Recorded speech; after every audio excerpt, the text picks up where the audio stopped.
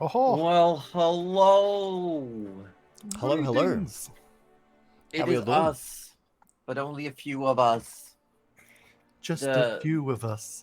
Those of you with high passive perception might notice that we are indeed a cuddly raptor short. Who said that? What? Oh, Gerald's got the because you're worst. passive.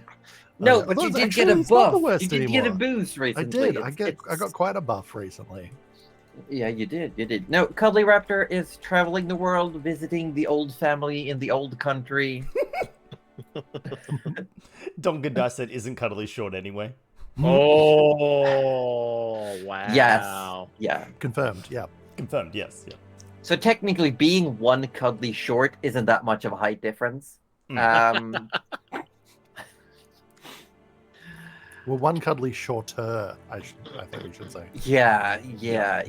But here we are. We're gonna play some D&D anyway. We're gonna see what happens. Last we left off, we were in the middle of combat. That was close to wrapping up, but there might be some consequences to the actions. What? You know, Consequences to Not actions? actions. not actions, not consequences. No, I hate these two things. What? Why is my My But surprise we're Pikachu face actually live on screen rather early this time. So how about we do a proper introduction rather than Oh the my quick gosh, version? I don't believe it. I'm Josie Poster. I'm the dungeon mistress, always benevolent. I run this game, and I have been doing so for nearly 2 years now. Can you believe? And I'm joined by friends such as Roju. It's me. Just gas face. Hi, I'm Rojo from Participation Award. I play Gerald the Wizard. He's a human warlock / sorcerer. So arguably not a wizard, but he will tell you he's still a fucking wizard. So I mean, technically, he has the wizard initiate feat, so yeah, he's, and he's at least half a level. He can cast some wizard spells. It's basically he's got a book. It's got spells in it. Basically a wizard. Yeah, basically a wizard. Seems like a wizard in our books. Yeah. It says Yeah, wizard on his yeah. hat. That's that's all you really. I mean, what else do you need? We've also got the wettest orb. Hi, I am the wettest orb, the moistest sphere. Essentially, I play Arthur Orbit the Third. He's a wood elf ranger rogue. He is in a spot of trouble, unfortunately, but we'll see. And last but not least, world famous according to one Australian child, AussieDevFro. That sounds so bad out of context, but hello, yes, I'm AussieDevFro. I play Rudy Magic Hands McGee, which also sounds really bad out of context. Like Arthur Orblet, he's in a little bit of strife, but you know. We're not talking about your OnlyFans name. Come on. You mean the only bones? You could have done a great Halloween OnlyFans. Let's just play D&D. Come on, let's get going. No, what are you playing?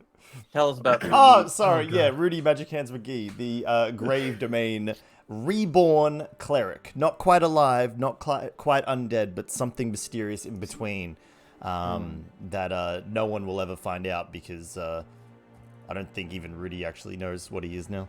Is it safe to drink my coffee yet? Sure. Yeah, go for it. I won't say anything for the next like 5 seconds. Just wow. Wow. Ooh. Was it good coffee? It was actually surprisingly all right. Oh, nice. Yeah, Rudy Skelehands McGee. Rudy Bonehands Magic hands. McGee. Come on, it's still magical. They still do magical things. They just Yeah, don't but call nobody them. Spooky, wants scary it. McGee. Oh, no one wanted it in the first place anyway. I mean, Out of context, once upon it's a not Wanted bad a lot again. more before. he used to be famous for very soft, delicate hands. Now Hey, they just I- kind of Not too jangle. much. I dare you to find softer bones anywhere else. That's actually that's not a good thing. Soft bones are not a good Floppy thing. bones. You do realize that there are, I think it's some acids actually make bones have more of a gelatinous structure. Oh, Correct. Rudy Floppy Hands McGee.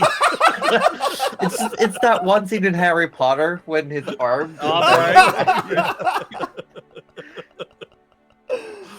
Oh, Oh, Rudy God. Soft Boner McGee from Valves. Yes, yeah, Yes. yeah. Mulchy bones. Oh. Yeah. But yeah, we're gonna play some D&D. We're gonna jump straight into and pick up the battle. We're gonna do a little bit of a recap, nothing major. Oh, and we do have a little bit of announcement. Next week is the 2-year anniversary of Dramonia, Yeah. which will be a little bit special. Another call out if you want to do fan art for our little show, as little as just stick figures. Please send this to us, and you'll have the chance of winning a book of your choice from D&D Beyond. Just putting that out there. We will be having raffles. We will be having Q&As. We will be playing a little bit of D&D, and we'll be doing a campaign-wide recap and talking about the characters' growths and developments as the journey Not has just gone. talking about Arthur's penis. No, we're definitely not going to be not talking about talking about Arthur's No, penis. I don't think we've No. ever discussed that. Like, Well, we were talking about gross. I said growth, not gross. Oh. this is true. Anyway. And then I think there's no D&D the week after that, correct? Correct. The week after, I am moving. I will be unable to run the game. So the week after, who knows what happens? Maybe you'll keep an eye out for what the rest of these people are doing. Oh, that's Oh, right, I gotta no. figure something out. Yeah. Uh-oh. Gotta have a backup. But Oh dear. we're gonna We'll figure jump back something in. I am incredibly disoriented from the lack of Cuddly Raptor for some reason. It's because But we'll make it work, right? we've said all these jokes and no one said in a high-pitched voice, "I hate it here, I'm leaving." Yeah. So for the sake of, as we usually do when we're missing a player, I will be piloting River in combat, but aside from that, River won't really be partaking much in conversation. So we're gonna without further ado, I hope you're all ready. Over to the battle. I'm just going to address every question to River. Hey, River, what do you think? We are back on the battle map. I'm gonna bring up the shit. I'm gonna bring up the Yeah. thing. Heck, I remember. And we're gonna jump back into it as Should we we- start should a we new round. Recap, though? Did we recap? Did we recap? I don't think we Recap? Who recapped. needs a recap? Quick recap, because I'm as I said, I'm completely disoriented for some reason. The quick recap is as follows. Last time, the party met with the lady of the castle, the betrothed to Cerulon, the blue mage. She offered help and told them there was in fact a dungeon basement of the castle that you could access through the study. But the study required a password that she gave to them after they retrieved her magical paints from the gallery, with which Arthur went on a quick side quest back to Evanspire before he returned recently scolded. The music is pretty good. They returned. They brought the paints back to the Lady Arial, and then they ran into the guard captain of the castle, patrolling the 3rd floor. They ran into the seemingly undead Captain Leocel, who's asking for death, begging as the party harrows him with blows, magical and physical. He asks if they will be the ones to grant him death. And we come back at the top of initiative with Arthur Orblet III. All right. So our constitution checks, are they at the end or at the start of the turn? End. Oh, right. End of turn. I'm good because I thought I might And- need that. Arthur's he's doing his first roll? Yes. Okay, good. Both Just Rudy checking. and Arthur are under a poisoned effect. They are making special saving throws at the end of their initiative turn, and bad things might happen if they don't succeed. Because I was obviously not here partway through last week. What weapon does Arthur have currently out? Currently Sunblade. out is the Sunblade because he was defending Rudy. Okay. And I'm guessing that's the bad guy in the Or- middle there? No, No, the bad guys. the He's bad the guy one is on the right? actually On the- up here on the Oh, one. heck. Yes, because imagine you're inside a third floor tower, and there are these narrow arrow slits in the walls, and both Gerald and the captain are on opposite sides of the towers on these very, very small little alcoves for sentries to sit on. And your bow is technically over here in the debris. Ah! Alright. Dang it. It's like a cool Arthur- car. Everything except this path is a difficult terrain. Okay. So Arthur's gonna start coughing. But I up think some you storm. ignore difficult terrain anyway. Yeah, I do. So first of all, Arthur wants to go grab his bow. Okay. Such grace, such elven agility. Yep, you run up and you get your bow. And he's coughing and splattering, and he goes, I, and then all of a sudden a wind wall comes up, blocking that part of the Okay. room. Casting wind wall. Where exactly do you want to cast this wind wall? Literally just blocking him off. So let's go 1, 2, the 2 squares to the diagonally of the room there. He just walked in that direction. I'm trying. I can't But find my he's pen. above you. He'll just jump over. Yeah, he's above go you. over the Yeah, wind but wall. no, the wind wall is 15 feet high, is it not? He's 30 feet. Like, no. Oh. How high is he? Yeah, like, he's 30 yeah, feet in the Yeah, air. he's, What? he's way high. I didn't realize the room was so big. It's like several It's so floors up. big. Yeah. Oh, Yeah, it's a tower. well, don't worry about Of the wind wall. terror. Arthur, frick me. They're right here, Balbs. Arthur's And- gonna prepare a lightning arrow for the next turn. With swapping his bow Okay. to the. So you're using swapping your his bow. action to sheathing the sunblade and equipping the bow. Yep, and preparing lightning arrow for Okay. the next turn.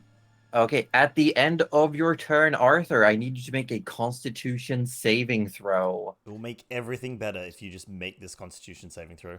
Mm-hmm. Everything 15. about 15 is not enough. Dun-dun. For I think as well, I don't know if I've told Roju over the course of the week, but Rudy and Arthur, if they fail 3 of these checks in a row, consequences. Big consequences. yeah. Yeah, you're hearing the consequence music right now. Yeah. He's not great. All right. Let's see. It is the guard captain Leocel's turn. He's up on one of these little rafter alcoves. Everyone is a bit too far away for him. Here we go. I'm checking. Oh, interesting. You're all actually. He's going to hold one of his tentacled arms forward and says towards Arthur. He's beckoning. Why would you not grant me death? It is not difficult. And then he's going to reach his other hand out, and the tentacles almost open up, like create this. It's almost like Metroid-looking gun, and he's going to shoot a lightning bolt at River and Rudy. Wait, what? So I'm going to need River and Rudy to both make dexterity saving throw. Oh, that's the one thing I'm good at. 17 for River, which Come is on. exactly enough. Rudy.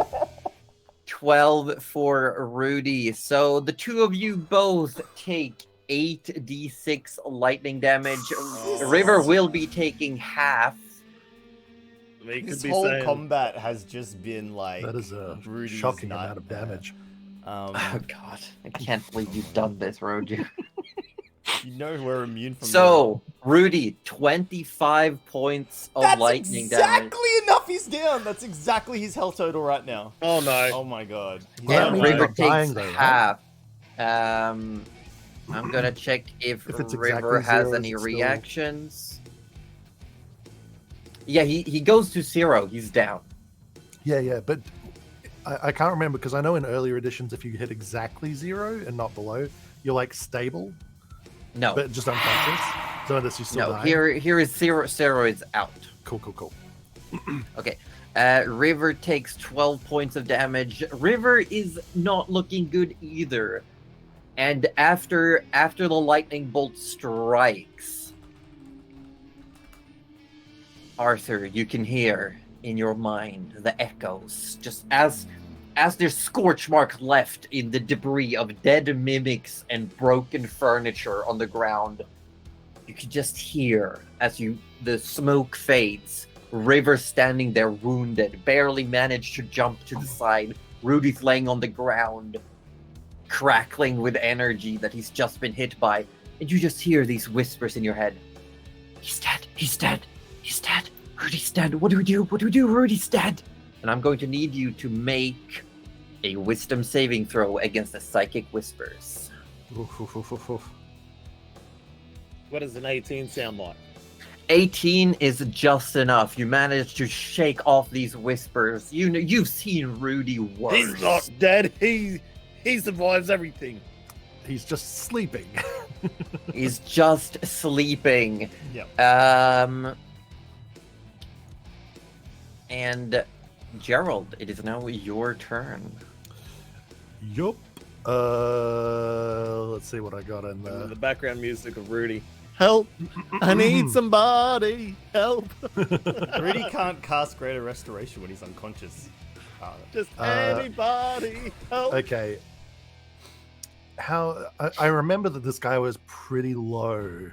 Yes. he's He's super low. he's asking for it. He's super Yeah. low. He's on the single digits. I did tell you at Okay. the end. Well, we're gonna queue up some Eldritch Blasts then if he's looking rough.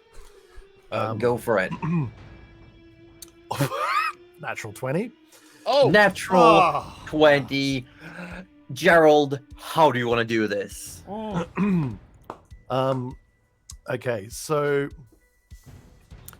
he sort of like sees him begging for his life, and he's like, "Look, you don't have to hurt us. We can just end you." And he's like charging up the bolts, and he's like, "You're one of the lucky ones. Be at peace." And then like just like pow, pow, pow, throws off the 3 bolts, and they just like essentially does the triple tap, 2 in the chest, 1 in the head, and just as like pinpoint accuracy, shots to the heart and to his brain. As the first 2 hit, the breastplate is blasted open, and in the light from the impacts, you see these tendrils, these tentacles that are just like roiling inside his chest cavity. And he starts falling forward, and you blow away part of his visible cranium. And as the body falls, there's a little bit of light, just a little bit of, and you see all of these tendrils almost explode outwards, and then they coil back in and disappear, except for at the very last moment, something escapes from the exposed cranium and falls to the ground. Oh, moving or not moving? Still moving. What does it Gerald, look like? you are currently, it's too hard to tell. Like it's now down. It's small. It's very small. It's down on the ground. You're still up on the rafters. Is We're it still- like, it might be hard to make out, but can I see, like, is it a wriggling kind of a thing? Like, No.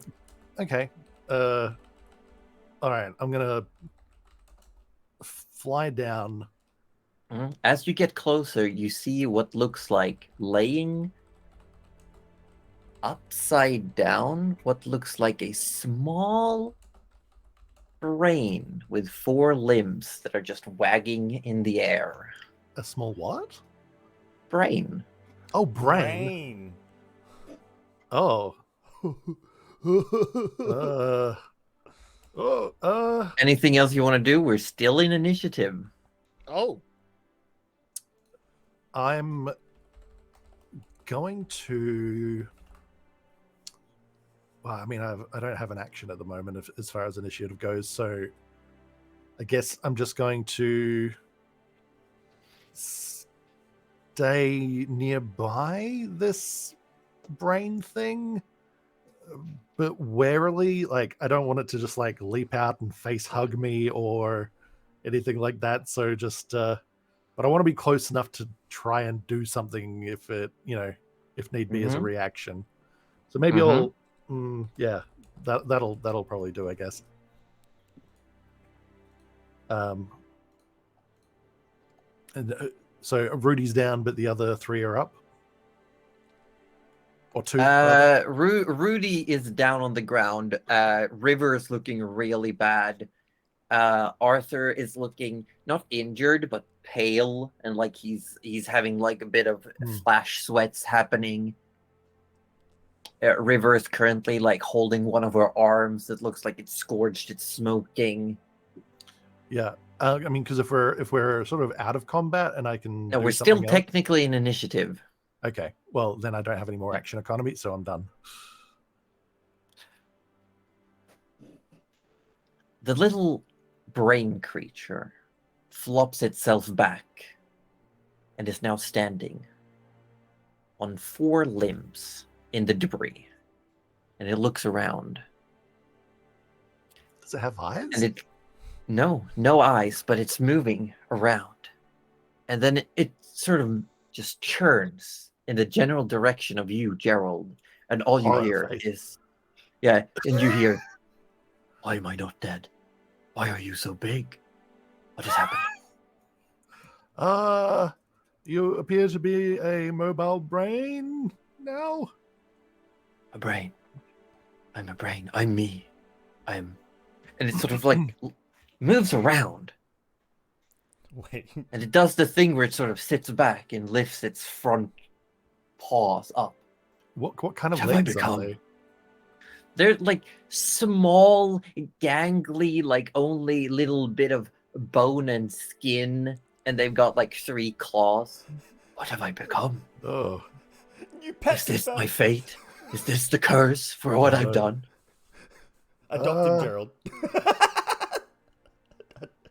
you need a pet. And as it says that, Gerald, I'm gonna need you to make an intelligence saving throw. Oh no.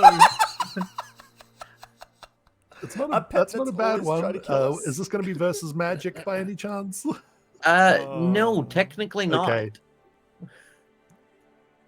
Very good. Oh, that was a good roll though. 24.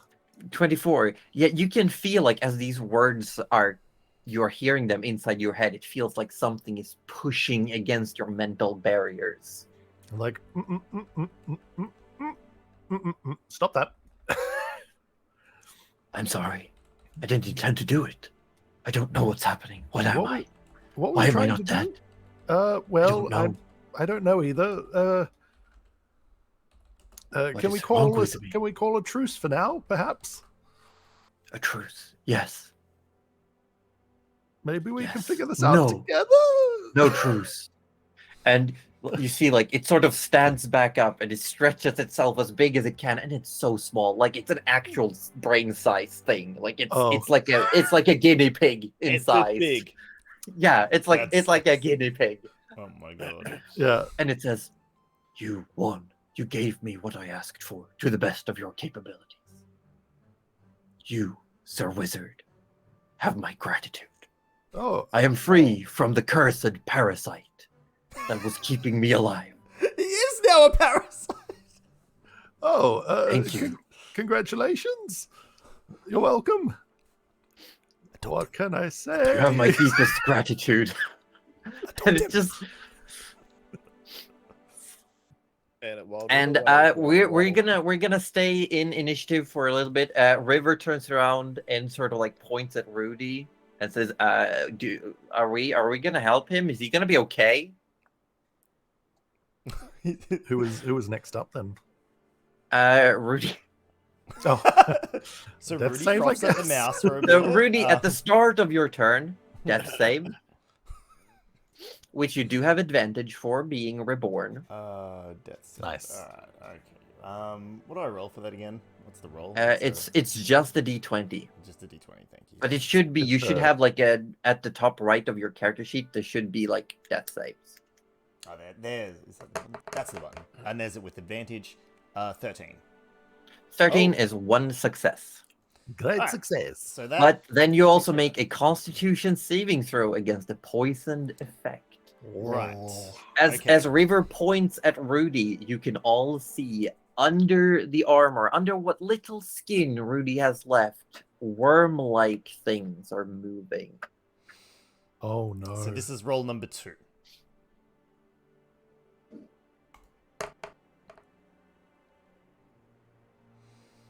Remember, you do have advantage. I do have advantage, that's right. Let's You roll do that. have advantage against. This is a 15 poisoned again. effect. That's a failure. You're on Oh, 2 no. failers. Oh my lord. Okay. And we need to do get him- technically come back. Ooh. Arthur, it is your turn. Who do? To get him Um, up.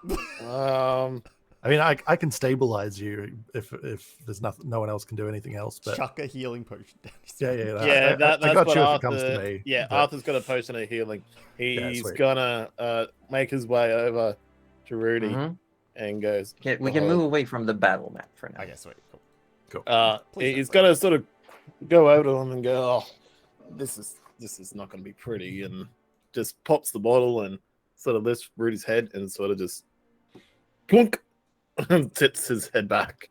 And Yeah, Tip is this a down the potion. normal just potion of healing? let me have a look. It is just a potion of healing is all it says. So, So 2d4 plus 2. Yeah?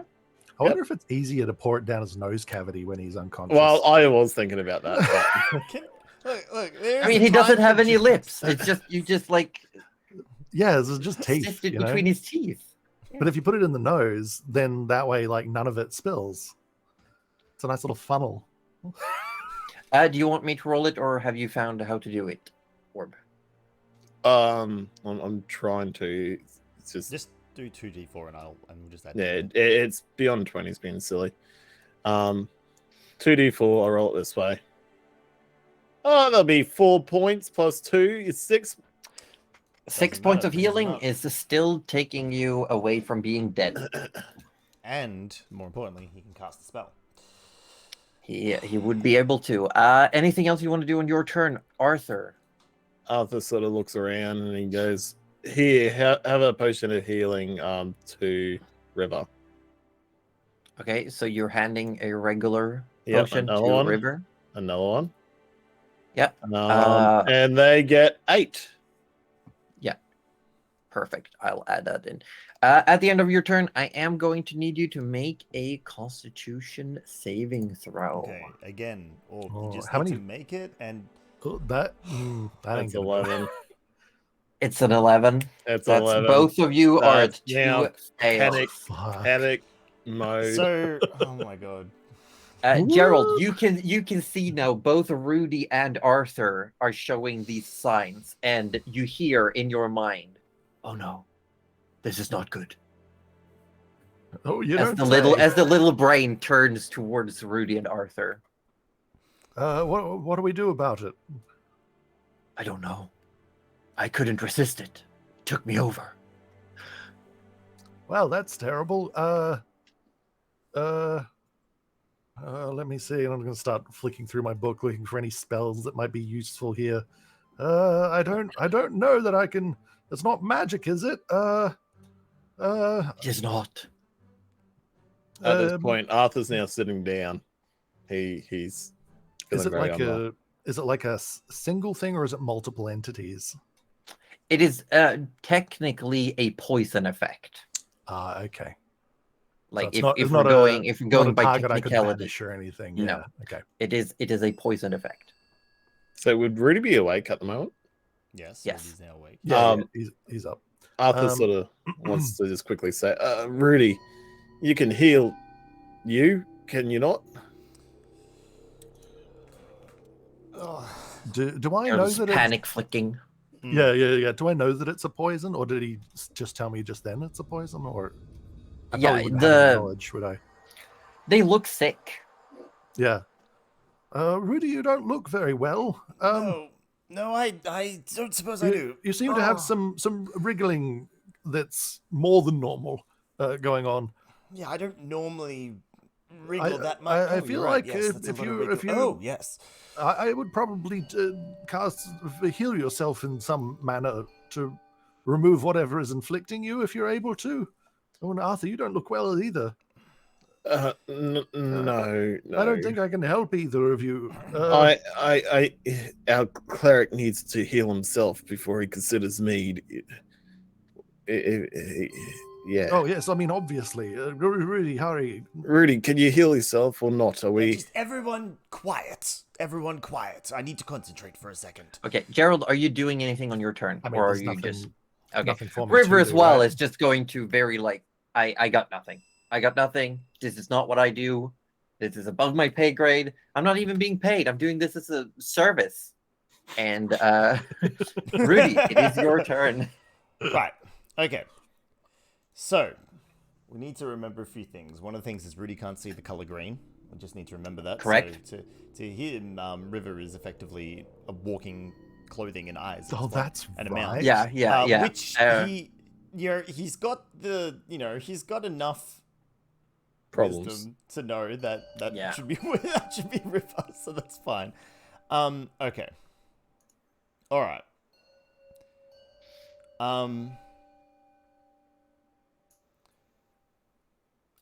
Okay, so we're gonna have to do something, right?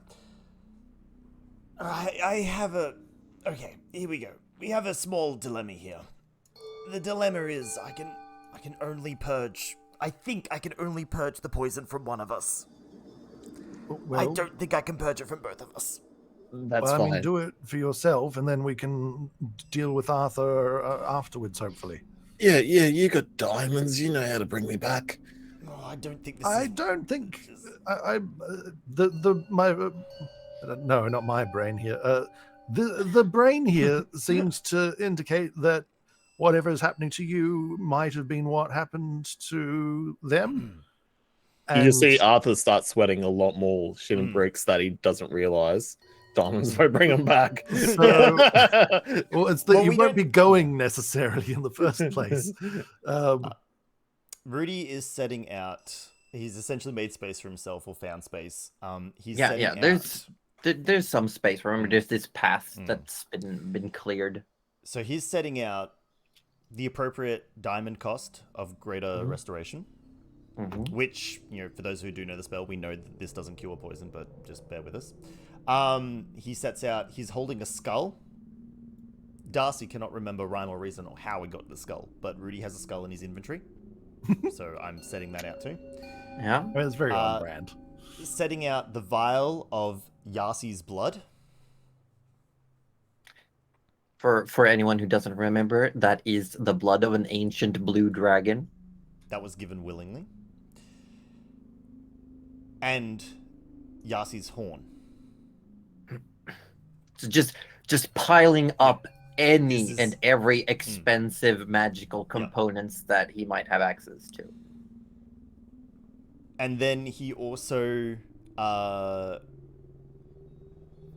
he's like, Arthur, do you have a knife or anything or something that's like a dagger? Yeah, I've got that you. you've- I pull one of the daggers out of my robe.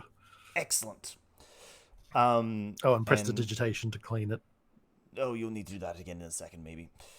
And he essentially is holding the dagger above his pinky finger on his left hand. Remember that his hands are all bone. Yeah. But he needs to pry it off if needed. And he's essentially offering everything he's laid out, while casting Greater Restoration.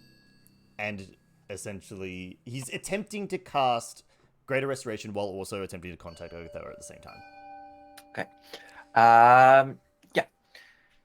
And he's essentially offering all of the above plus a finger in order to cure both himself and Arthur. Bribery. Okay.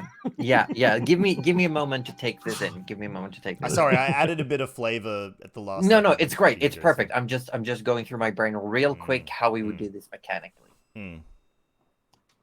First of all, no problem. The diamond value, 100 GP worth of diamond, is crumbled to dust, and Rudy's healed from the Greater Restoration because we've talked through the week.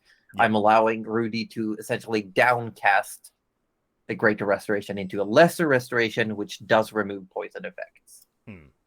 So, immediately you see the diamonds crumble away. Rudy, the wriggling sort of calms down, and the paleness returns to a pale white as opposed to like a grey. A putrid white. A putrid white. You look so much better, Rudy. Arthur, I'm trying to concentrate to save your life here. Rest in peace, Arthur. Make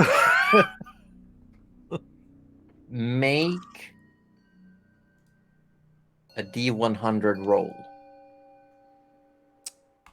Oh. Go on.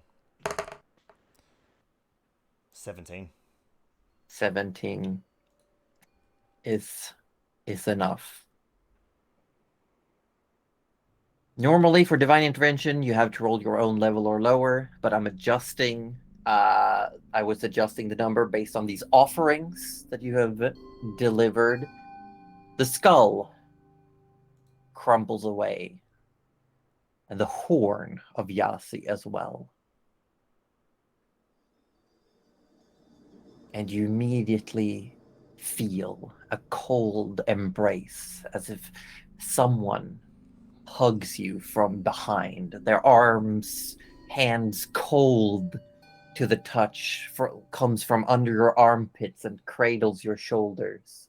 And you feel what feels like a cold cheek pushes against the back of your head. And you hear the whisper in your ear that says, "Give him the blood." Does he feel any pressure on the dagger? Does he not need to give the finger? As you look down, it seems fine. Okay. Rudy does whisper, "Thank you, Ogathera." And gets up, goes immediately after and goes, "Arthur, no questions, open mouth." No. Open the mouth. Open As mouth. Rudy walks up to you, Rudy has no eyes. Hey, Oh. That's Arthur does he's sitting down, but he's shuffling back hardcore now. Arthur. Because, no. Arthur, no, you need to open. Oh, Open God. the mouth. Arthur, stop Basically being a just a skull child. now. Come on. He is shuffling back hardcore. Stop He's it. freaking out from you. Someone right grab now. him. River, grab him. River just stands there. Okay, grabs Arthur. Okay. Open his... Oh, Arthur, come on. It's either you turn into a pile of worms or you drink this. Come on. No, you It's have great your flavor. eyes. I will say it's only for Arthur that Rudy looks like he's got no eyes. No eyes. Oh. Arthur, are you all right? No, I mean, obviously, no, you're not all right. Rudy, hurry up. I can't. His lips are unnaturally strong. I can't get this into... Ooh-boo. Are you resisting Arthur? Arthur is resisting. He's freaking out. Okay.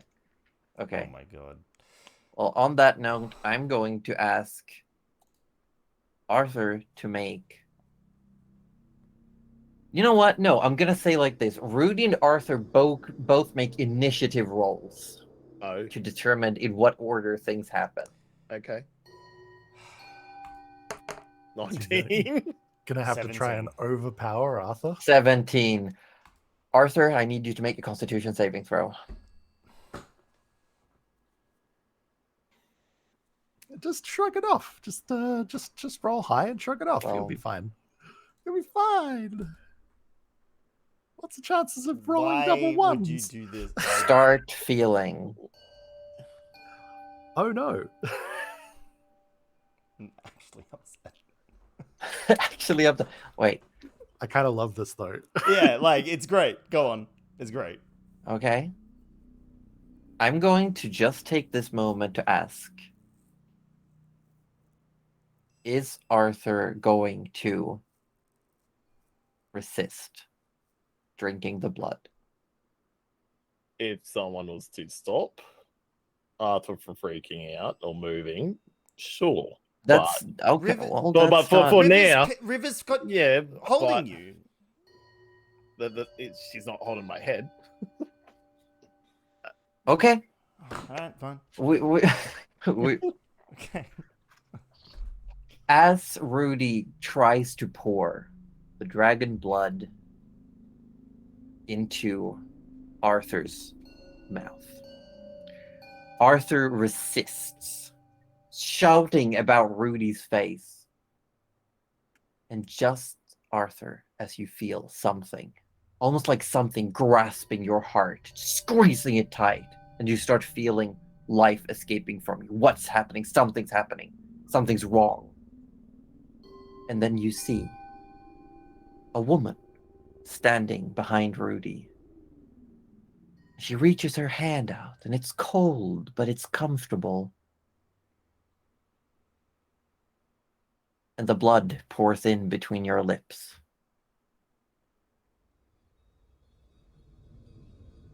And the grasp on your heart, the pinch, the pain, the coldness, the numbness disappears.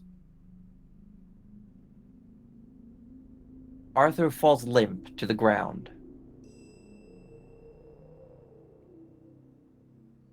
Arthur, you're unconscious, but you are not dead.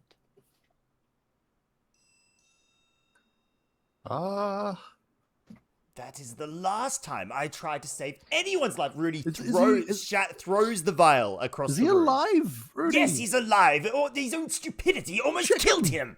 Check him. He's alive. I know he's alive. He's fine. An idiot, but fine. I mean, I know he's an idiot, but you know, I don't know that he's fine. River squats down and like slaps Arthur, and still unconscious, he like moans a little bit in pain. That's something, I guess. Is whatever it is gone? Yes, it is gone.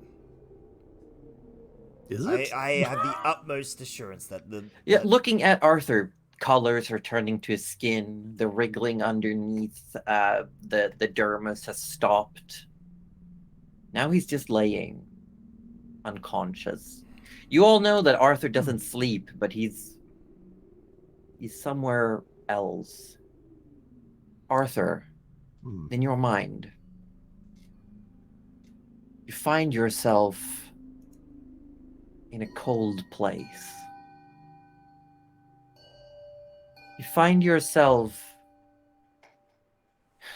what looks like mausoleum. You see graves and bones all around you. There's a window at the far end of this mausoleum corridor, and someone is standing there. The faint light that comes in, you see the silhouette of a woman wearing a sheer gown, long black hair.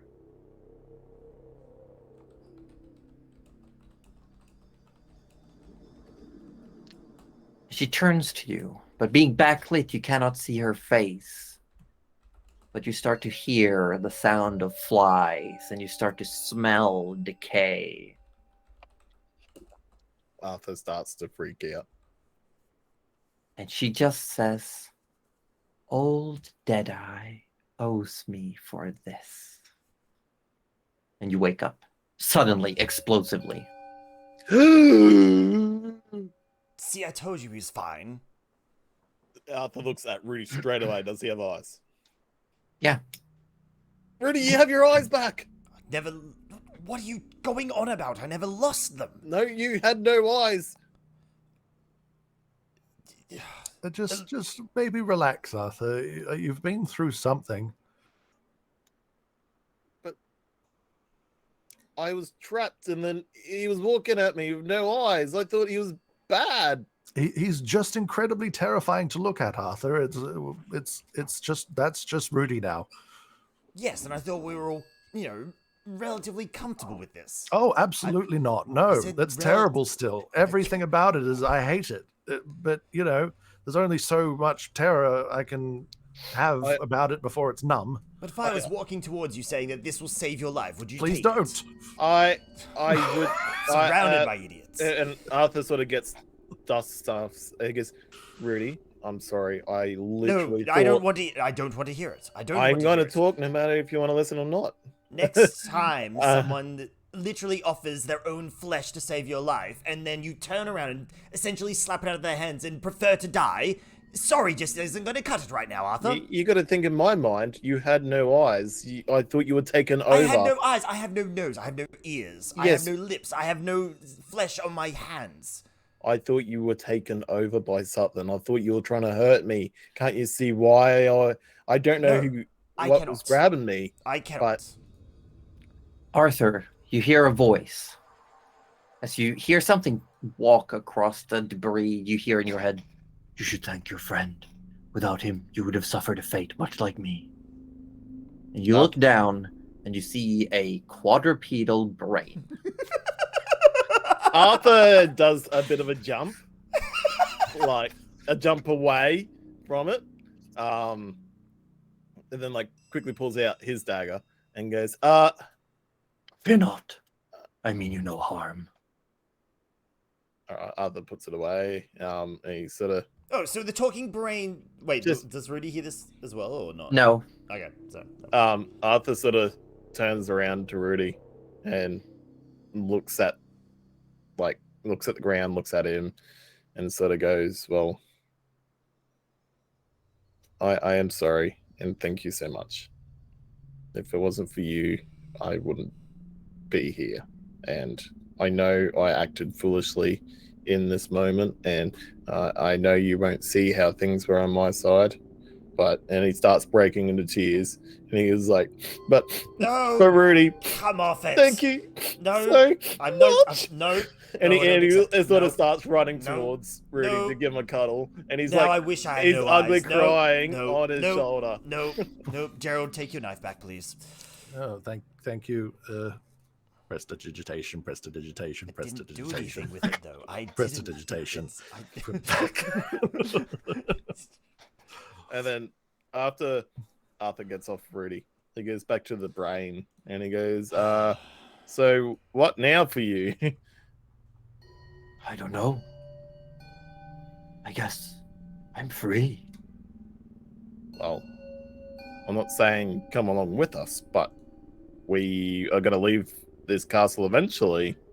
You want to come with us until we're out of the castle? We'll go our own ways. Sorry, can I just interject for a second? Josie, are only one of us hearing at a time? So he's only Yes. Okay, cool. Yeah. I don't know. I suddenly feel aware of the time that has passed. Is the world out there the one I remember? It is not. What's he saying, Arthur?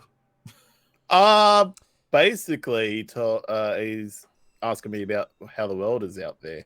Oh, and how the time has passed. A lot of time has passed. Yes, that's what I'm saying, and I'm trying to see if maybe it can guide us through the castle a little easier, out of danger. Because you don't like danger. That is true.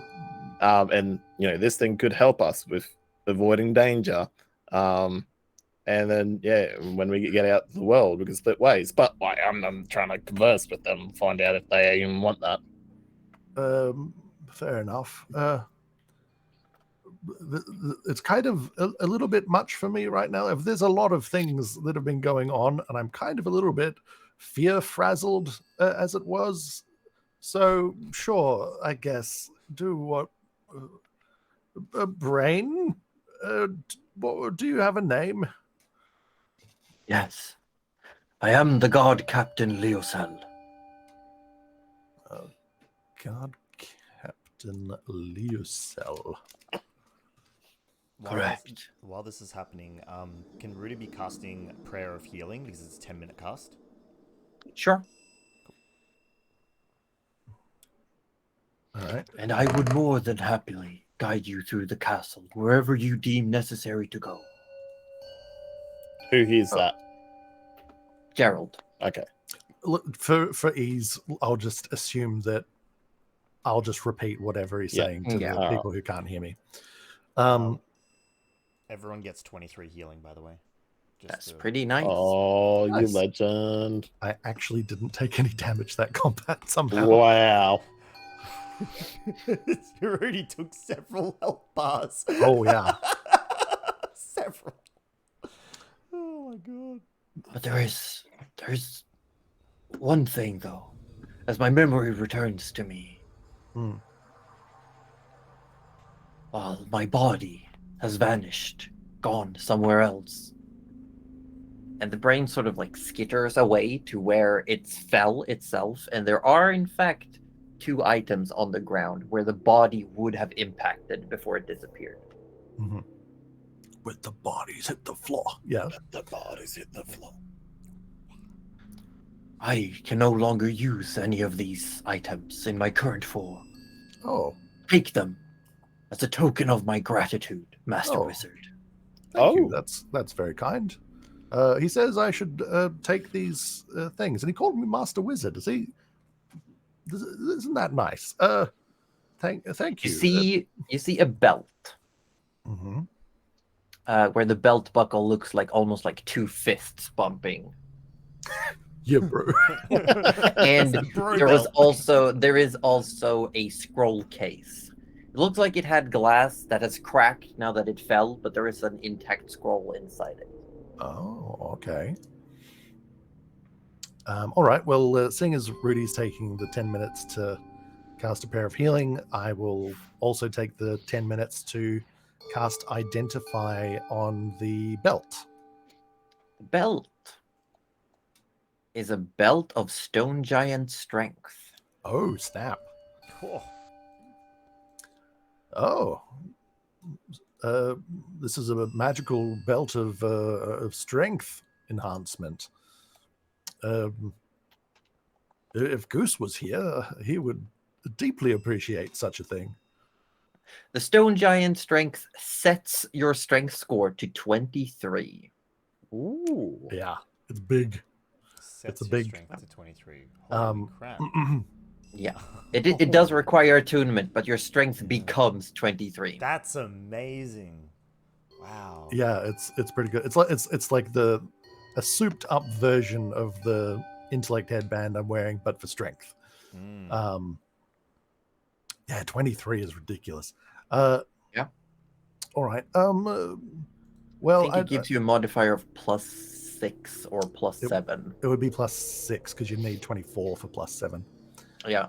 I still don't understand why they give it odd numbers for those items, but anyway.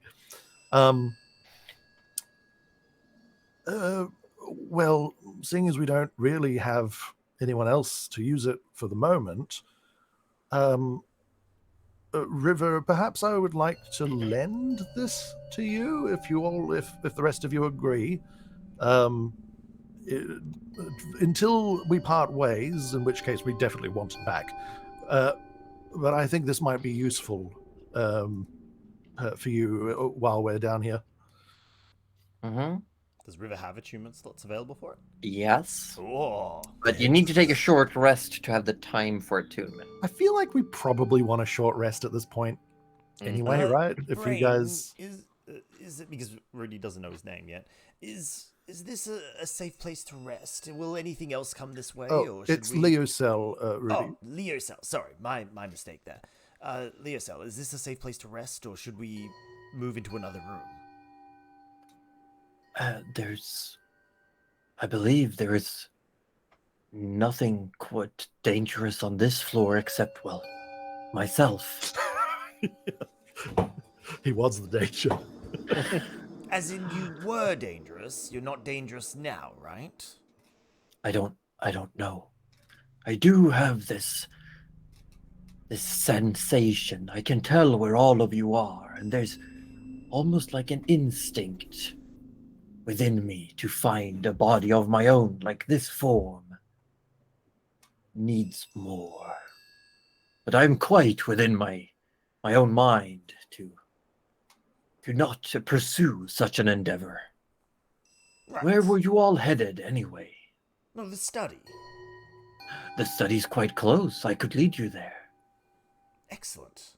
Would it be safe in the study if someone was to say have the password? Yes, as long as we do not touch anything we shouldn't. Or you will end up like I did. Right. That's Oh. incredible information. Rudy relays that information to the party. Don't Oh. touch anything, otherwise Is we that- become like... Is that how that happened to you? Yes. Do you remember exactly what thing it was you touched that did it, by any chance?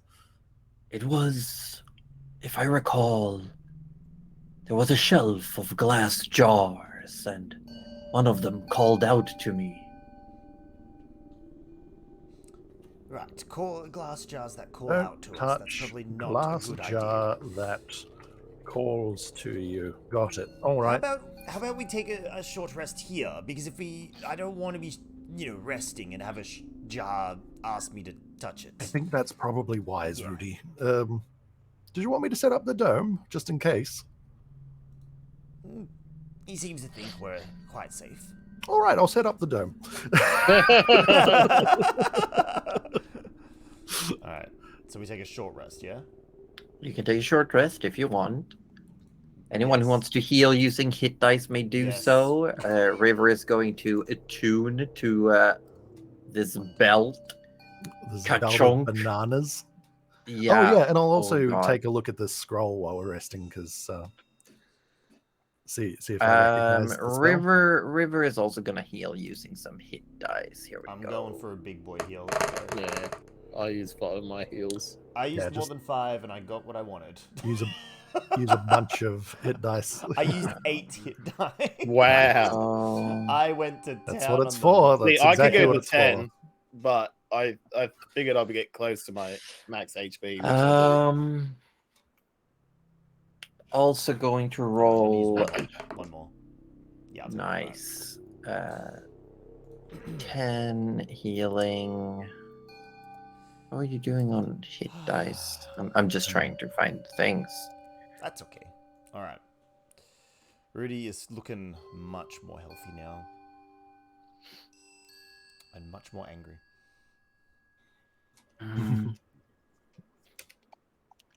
Long rest. I'm just checking everything. Short resty should be back for River. Cool.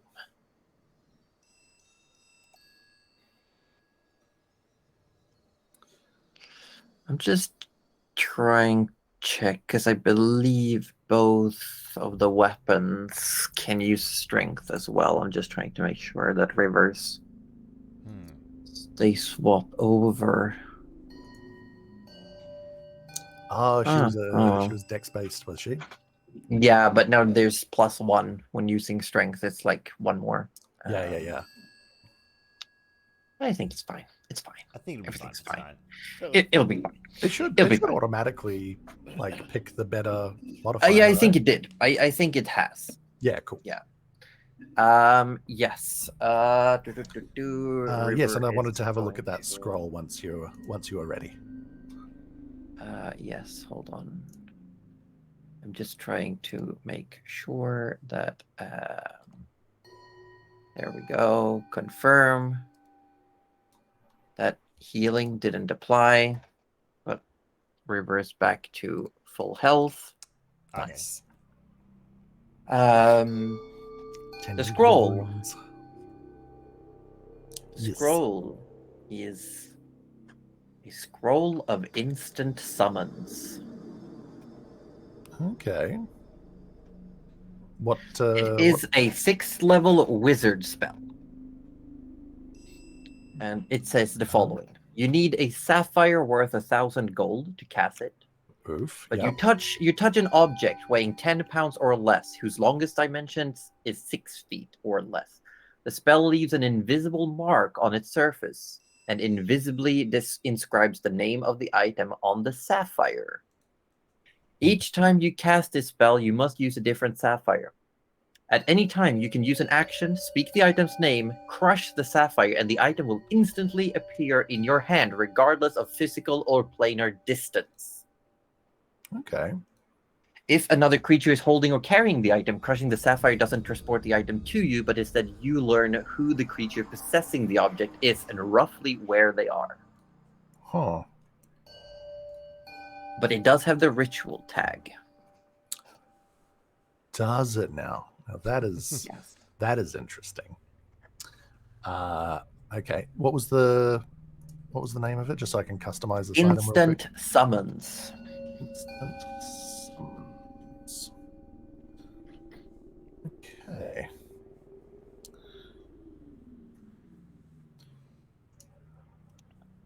Cool. Okay. Can I ask? I'm trying not to. Pika Pika. Nope. Nope. It's gone. I'm gonna You ask- also know during this rest that the guard captain's full name is Leocel Servon. I will type it for you all. Oh, thank you. ESL Servon. Zervon. Okay. Does the surname mean anything to me or at all? No. Probably not. Yeah. Leocel, can I ask, why did you have this particular spell on you? Were you looking for something? Yes. Yes, I was looking for the sapphire. I had lost it somewhere. Can't Oh. remember. I can't remember where. What was the sapphire connected to? I know? can't remember. It was important. It was definitely important. Well, I'm sure Remember it'll that come back much. to you. You are only a brain now, after all, so it's all in there somewhere, I'm sure. Everyone, keep an eye out for a sapphire with some engravings on it in our travels from here forth. Okay. Could it be that you dropped it when you touched the glass jar in the study? It is possible. Maybe. Okay, so if we see a sapphire in the study, definitely touch it. Okay, alright. Definitely, yes. How? Oh, actually, no. I can answer this question. I was just going to say, how long will it take to transcribe the scroll? But I know that is somewhere in my features. So Yes, I'll should get be back the to Book you of on- Shadows, I think it's called. Yeah. So the study was literally just around the corner, wasn't it? We were in Yeah, that last you're basically Mm. basically almost there. So I suppose we just head on that way. Mhm. Mm-hmm. Is Leocel coming with us or? Yeah. All right, cool. All right. Arthur asks if they want to be picked up. Maybe. I don't think I'm. And you realize quickly that Leocel is like falling behind, trying to keep up when you're walking. Yeah. Who is the least appetizing to you? And Good now I question. will have to ask who has the lowest intelligence score. Oh no. Oh, Rudy is a flat 10. Arthur is a flat 10. I'm a, Also, it would be Rudy or Arthur. So I think Leocel would say, well, if you want to put it that way, the elf, probably. Right. Arthur, you can carry Leocel then. Arthur puts them on his shoulder. I promise you, Master Elf, I will not harm you intentionally. Arthur just does the whole, Intentionally. like, doesn't move the head, but the whole eyes just like. And this is when Rudy sidles with Gerald. Goes, I'm glad he chose Arthur, not me. Oh yes.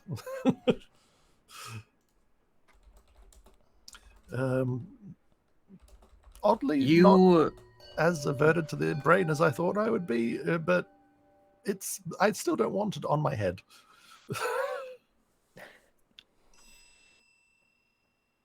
you open the door that follows the path of debris into the next corridor. You see that the carpet that would usually go along the floor in these corridors has been almost nailed to the wall and is hanging, blocking paintings. Arthur, don't touch them. Yes, I learnt my lesson last time. Yeah. And then, like, he talks to the brain. Look, I went on a very big adventure last time, and literally, Arthur just calls it brain because that's just Arthur. I went on a big adventure going through one of these paintings. I made it all the way home. Oh, really? How far away is your home? Arthur just starts. It's too far away. Oh. Well, these paintings are of no danger to anyone. I simply do not like them. Why don't you like them? They are, if you will, used as a deterrent for those trying to reach the Keep's Master's conservatory. So they are quite disturbing. And I put the carpet up to block them so I wouldn't have to look at them when patrolling. You know, you and the Master Wizard over here would get along quite well. Did you relay that information out Yeah, loud? yeah. Yeah. Rudy can't help himself. I've got to know what's disturbing about these Don't, paintings. Rudy. It could actually just be like a literal trap. You know what? You're right. You're actually right, Jared. It could actually be a spell. We know who is the master of this castle. It could be a spell. You're right. You all need I'm to stop sorry. giving me heart attacks. And you hear in your head, Gerald, if you die, may I have your body? Sweat. Do you relay that or no? No. Oh no.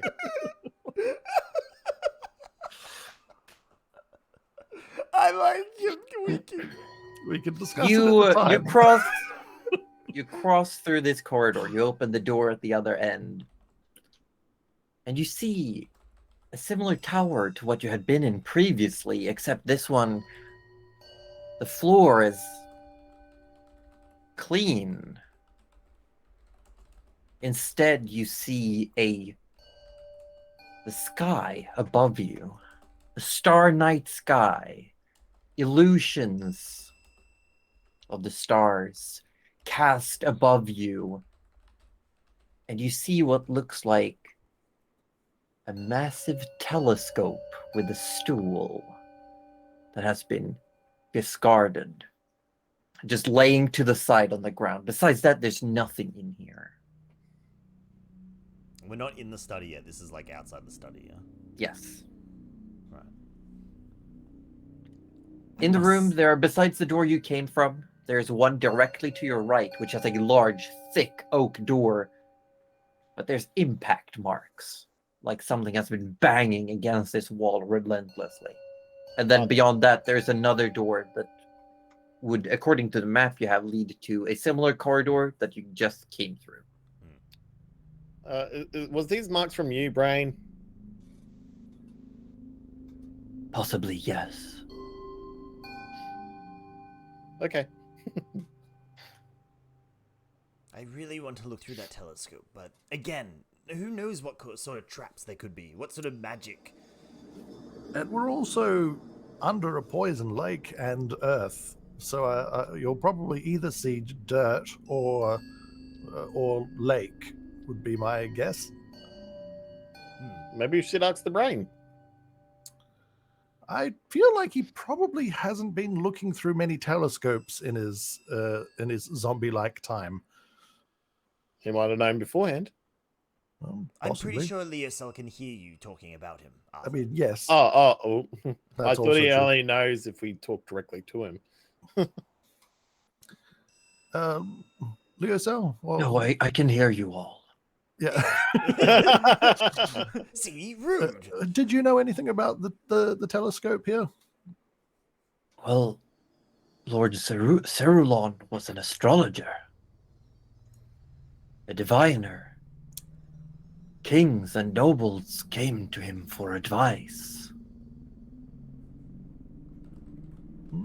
Okay. So just a regular telescope then, as far as you know? As far as I know, it is the only telescope I've ever seen. Oh. I could not tell you if it was mundane or magical. How far are we from the study at this point? Are we like almost about to go That in, oak kind of a door, I thing? think, is the study. The oak door would be right. the indicator to the study. Well, seeing as we're just about to go in, I'll be like, give me a moment. We're going to be dealing with a lot of magical things, so I feel like maybe just give me a moment so I can give us a heads up, and I'll ritual cast detect magic, so that for the next little while I can. The door is magical. Oh, Yeah, well, remember, we're going to pass for the door. of course. The starry night sky above you is magical. Mm-hmm. And there seems to be some magic to the telescope itself. Okay. Can you tell if it's the eyepiece or the... Is it the whole thing, or is it like focused? It's in the an whole area? the whole thing. Cool. School of Magic. It would be divination. I thought that might be the case. The door is abjuration, and the night sky is illusion. Yeah, cool. That checks out. Yep. I might take a little peek through the telescope. It should just be. It might have some scrying capabilities. Looking at it potentially. Very brave of you, Gerald. Well, I know which schools of magic generally have things that explode in your face, and divination isn't one of them. So, I'll take a little peek. It is laying on the ground, and it's attached to a seat. We're not talking like massive conservatory, like present day telescope, but it is slightly bigger than a hobby telescope. Yeah. I can kind of picture it, like those big chunky. Yeah, it's not like the big massive ones, but it is definitely like bigger than your regular tripod telescope. Got it. Oh, but it's tipped over actually, so it's not. Yes, really... but it's tipped over. Okay. Gerald is in no way strong enough to write that up, I imagine. So, like River does. River, would you mind giving me a hand with this? Sure. And River looks almost excited to try out like the belt, and just with ease just tips it back up. Oh, very impressive. Thank you. All right. Have a little look. See. Does he come back with a black ring around his eye? No, it's more of a dust ring. So good. As you look through the lens, at first you see nothing. And then as you keep looking, it seems to focus. And you start feeling that it is drawing upon some magic. And with your knowledge, you'd feel like if you spent enough time, a magical effect might happen. Would I be able to give any estimate to the amount of time, or just no way of knowing? 10 minutes, maybe. As a child, Arthur's like, "Come on, Gerald, let me have a turn." Well, I think it would need a good 10 minutes or so to make use of this device. It does seem to have some sort of magical effect, though. Seems a bit ungainly to actually transport, though. So I think if we won't be able to bring it with us. So if you want, I could give it a little go. Seems usable, functional. You're going to tell me I got to wait 10 minutes before I have a turn? I was saying that, well, I mean, perhaps, but I don't think we have 20 minutes to spare, but perhaps 10. I have a thought. You said it was divination. Yes.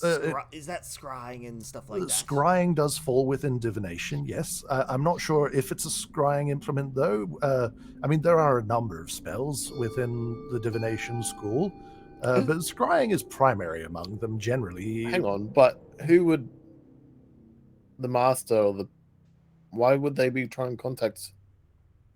Well, sorry, Leofel. Leofel here was saying Leocel. that. Leocel.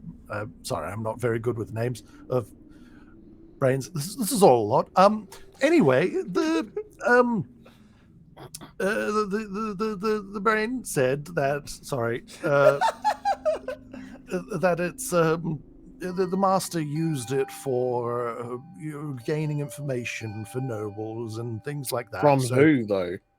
If it's scrying, that's like your magic talking to us, isn't it? Presumably, it would be people coming to him to say, "I need information on Blair," and he would then look through the telescope, utilizing his magic, and try and find something out about Blair. Oh, so he's not talking to another being as such. Well, No, I was thinking would he doubt was just it. using it to peek at people. Yes. Like if you sat there long enough thinking of a certain person, would it just be like, would it focus in on where they are? Oh, potentially. I mean, if you remember the nice people back in Bora, I think it was. Yes, had Rudy was the one who did see the scrysicle with Goose. So They Rudy, did you've have seen the big ice basin that created the visual. So it may well be something like that, but perhaps on a lesser scale, or perhaps even more advanced, because God knows what powers the Blue Mage had for creation of such things. Well, if we go along that tangent, I have a slightly scary idea, Gerald. Oh no! Not you. Do tell me. I mean, if it allows us to peek at people who not better to peek at, then maybe the person who Peeking at us. But what if they're already in cahoots? What if they already know each other? Maybe this is a direct line. Well, if I don't know. I don't think that's surely not. But I was thinking I could maybe, if it is indeed that, I thought maybe I could have a little look at the dragon and see what state they're in. Okay. I was thinking we might need to have a thought of who they were, though, like a visual. Well, we don't know until we try. At the same time, though, could there not be notes in the study saying how this works? Oh, potentially. But out here is safe right now, Arthur. Oh, well, And there is unknown, and that's terrifying. I say take the 10 minutes. Arthur just pulls up on the ground. Okay, let's go. Take the 10 minutes, see what happens with it, and then we'll go into the study. All right. If I start getting sucked into it, though, please pull me out, and I'll start spending the 10 minutes focusing to see if I can figure out how to use this thing. It does, in fact, cast the scrying spell. Nice. After 10 minutes, you start feeling your mind focus on a target almost naturally while you're looking. And it's like it focuses very slowly. And every time you think of something, you see a visual of a star appear. And whenever you focus on one of those stars, you get a clear image, not only visually, but in your mind as well. And I need you to select a target that you would be scrying upon. Would it be within the capabilities to select the dragon that we're aiming to communicate with here? The special feature of this telescope is that it ignores the modifiers that come with the scrying spell. Oh. So it's just a straight roll, but that is for better or worse. Right. Yeah. So you want to scry on the dragon? Yeah, I want to see, what state they're in, because we know that our lovely succubitch friend has already paid a visit of some sort, and I kind of just want to see if they're just fine or whether we're too late potentially. This could be the device we were looking for as well. Which device?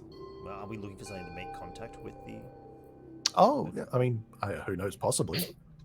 As Gerald focuses on one of these stars, you get closer and turns into a cluster of stars, and you start to see visuals of nebulas and galaxies, and you're just zooming in quickly as you're looking.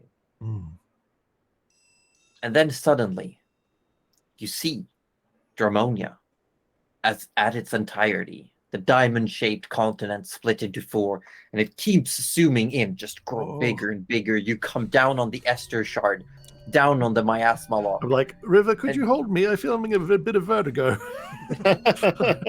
And River would say something akin to, just don't throw up on me.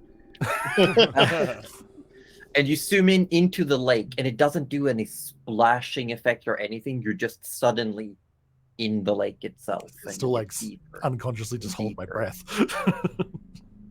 And you see its murky depths, the thick, viscous liquid of the lake. But you start to see the faint outline of this massive dragon. And you can see very slowly that it's breathing. It's breathing. Good news, You everyone. would be able to see that the majority of its nose is actually in the bank of the lake itself. Like it disappears into the bank of the lake. Right. So we might actually find its snoot. Ever wanted to boop an dragon? Oh, absolutely. I 2000% want to boop an dragon. Right, so the dragon's alive. That's good. It's breathing, so that seems to be a good sign of life. And it doesn't look injured at all? No, it does have its nose buried in the bank, though. I wonder if it's got an air hole, actually. That's what I was thinking. Maybe it needs to breathe. And, well, I mean, of course it needs to breathe. Well, you don't need to breathe. Yeah, thank you. Maybe it's like the other, like, horn nose thing where we can walk in and communicate through that way, maybe. Possibly, but given the sort of like, I probably have a decent sense of its scale. It was actually a lot smaller. It was a lot smaller than Shams. Right. I mean, Shams was ridiculously huge. Shams was massive.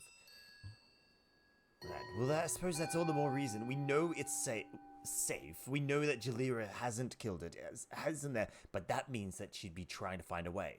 We're being watched, which means they probably now know that we now know that he's okay. I don't think you can scry on a scry, but can we scry on her? Speaking out loud. Oh yeah, I mean, well, Jalira, she already tried, obviously, and failed miserably. Ha! He says to the air. And can we not scry on her right now? Like another 10 minutes? Do I get the feeling that it would take more time, or could I just refocus while it's kind of engaged? It would, as you've looked away and talked, when you look back in, it's unfocused again. Bother. Oh, sorry. But you do get the sensation that you can just do it again. We could do it again. It still seems to have juice. My only fear is she's powerful. They clearly have some form of, scries or some way of keeping tabs on us. Yes, they're obviously spying on us, yes. What if by doing this we give away exactly where we are and what? Well, I think that's kind of the implication was that was inevitable and already is the case. Right. Okay. Well, I mean, if you want to give it a go, why don't we just spy on the spy? I don't know if I could do that because I know that dragon is a concept, but I don't know who would be spy. I mean, I can try, I suppose.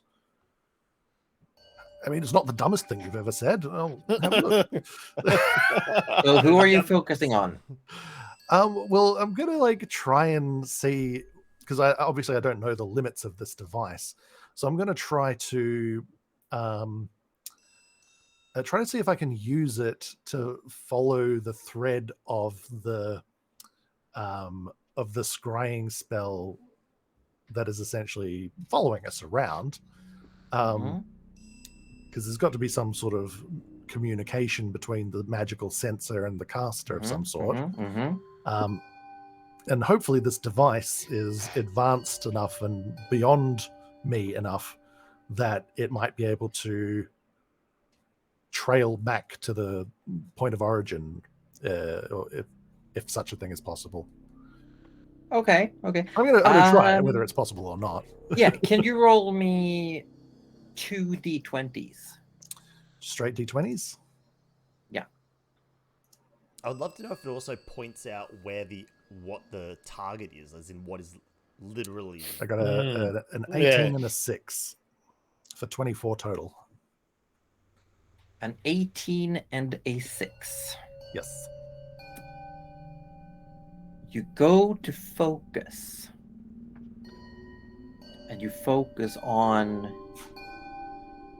just the imagination, the thought. You create the visual in your mind of wanting to find whoever is spying on you.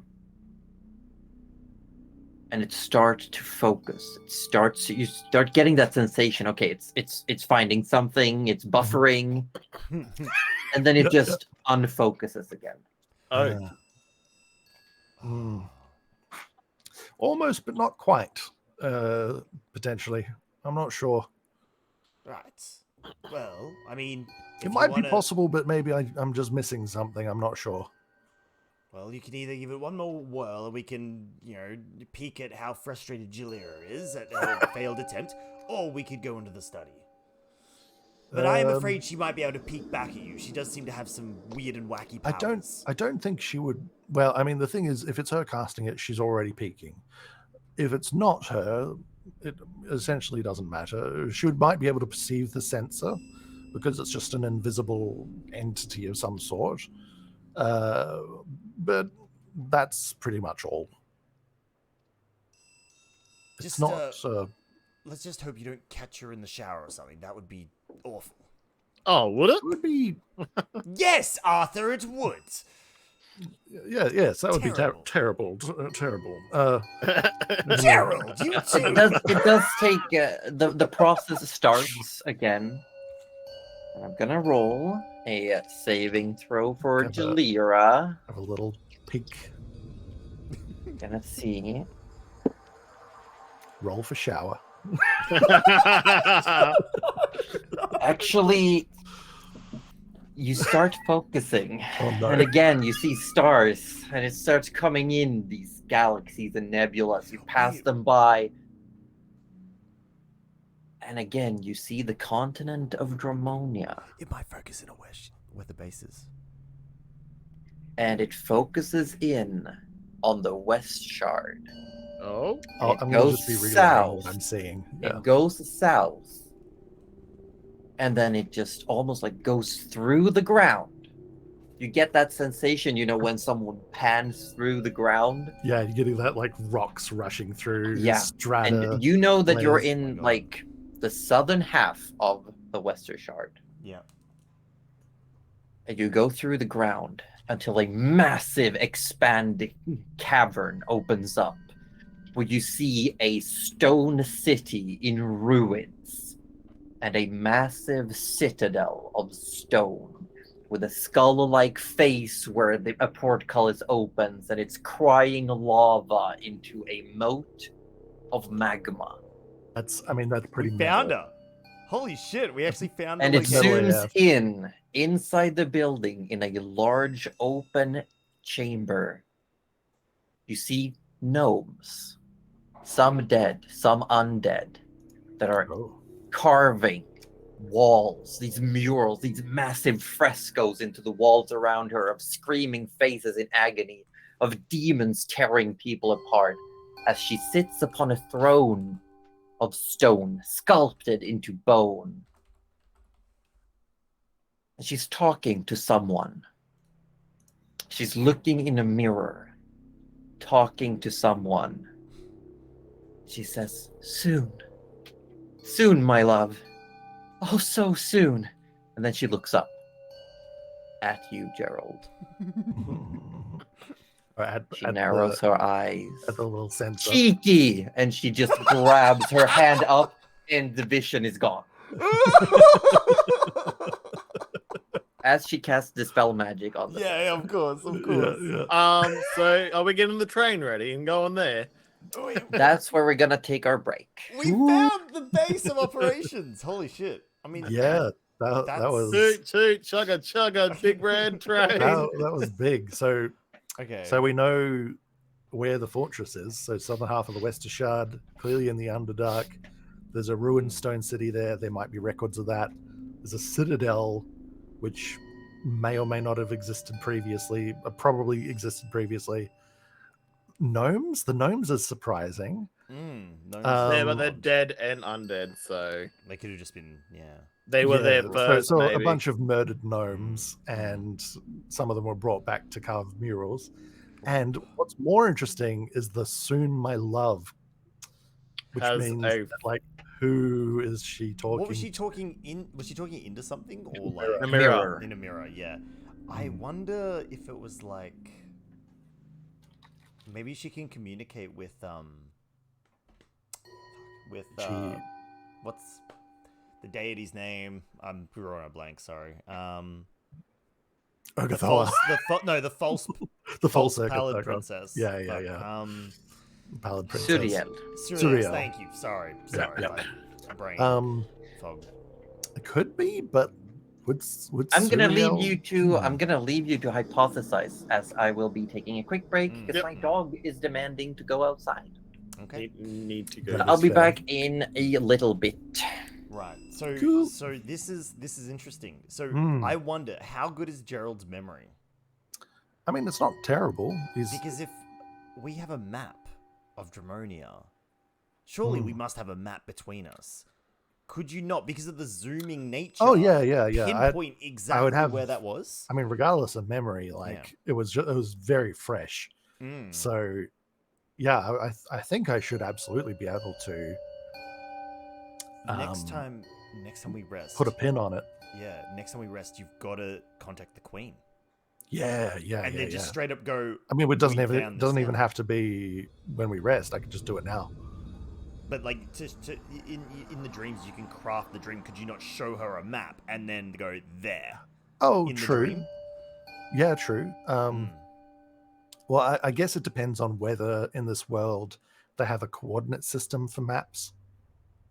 Mm. Because if there's a standard coordinate system for maps of Dramonia, then I could say, oh, we found her in it's square X7 in the Underdark yeah, kind of yeah. thing, you know. But yeah, otherwise, Dream would be probably the more visual one. But I could just message her. Well, I mean, yeah, absolutely.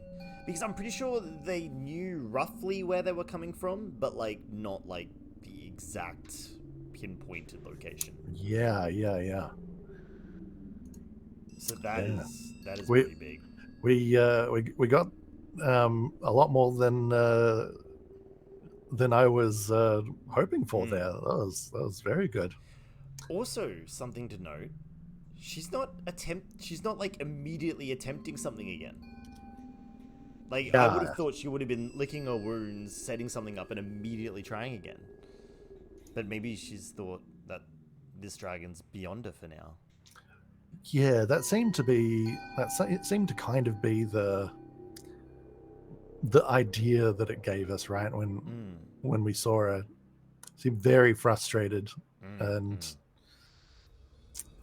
perhaps a plan B is in order for her, Yeah.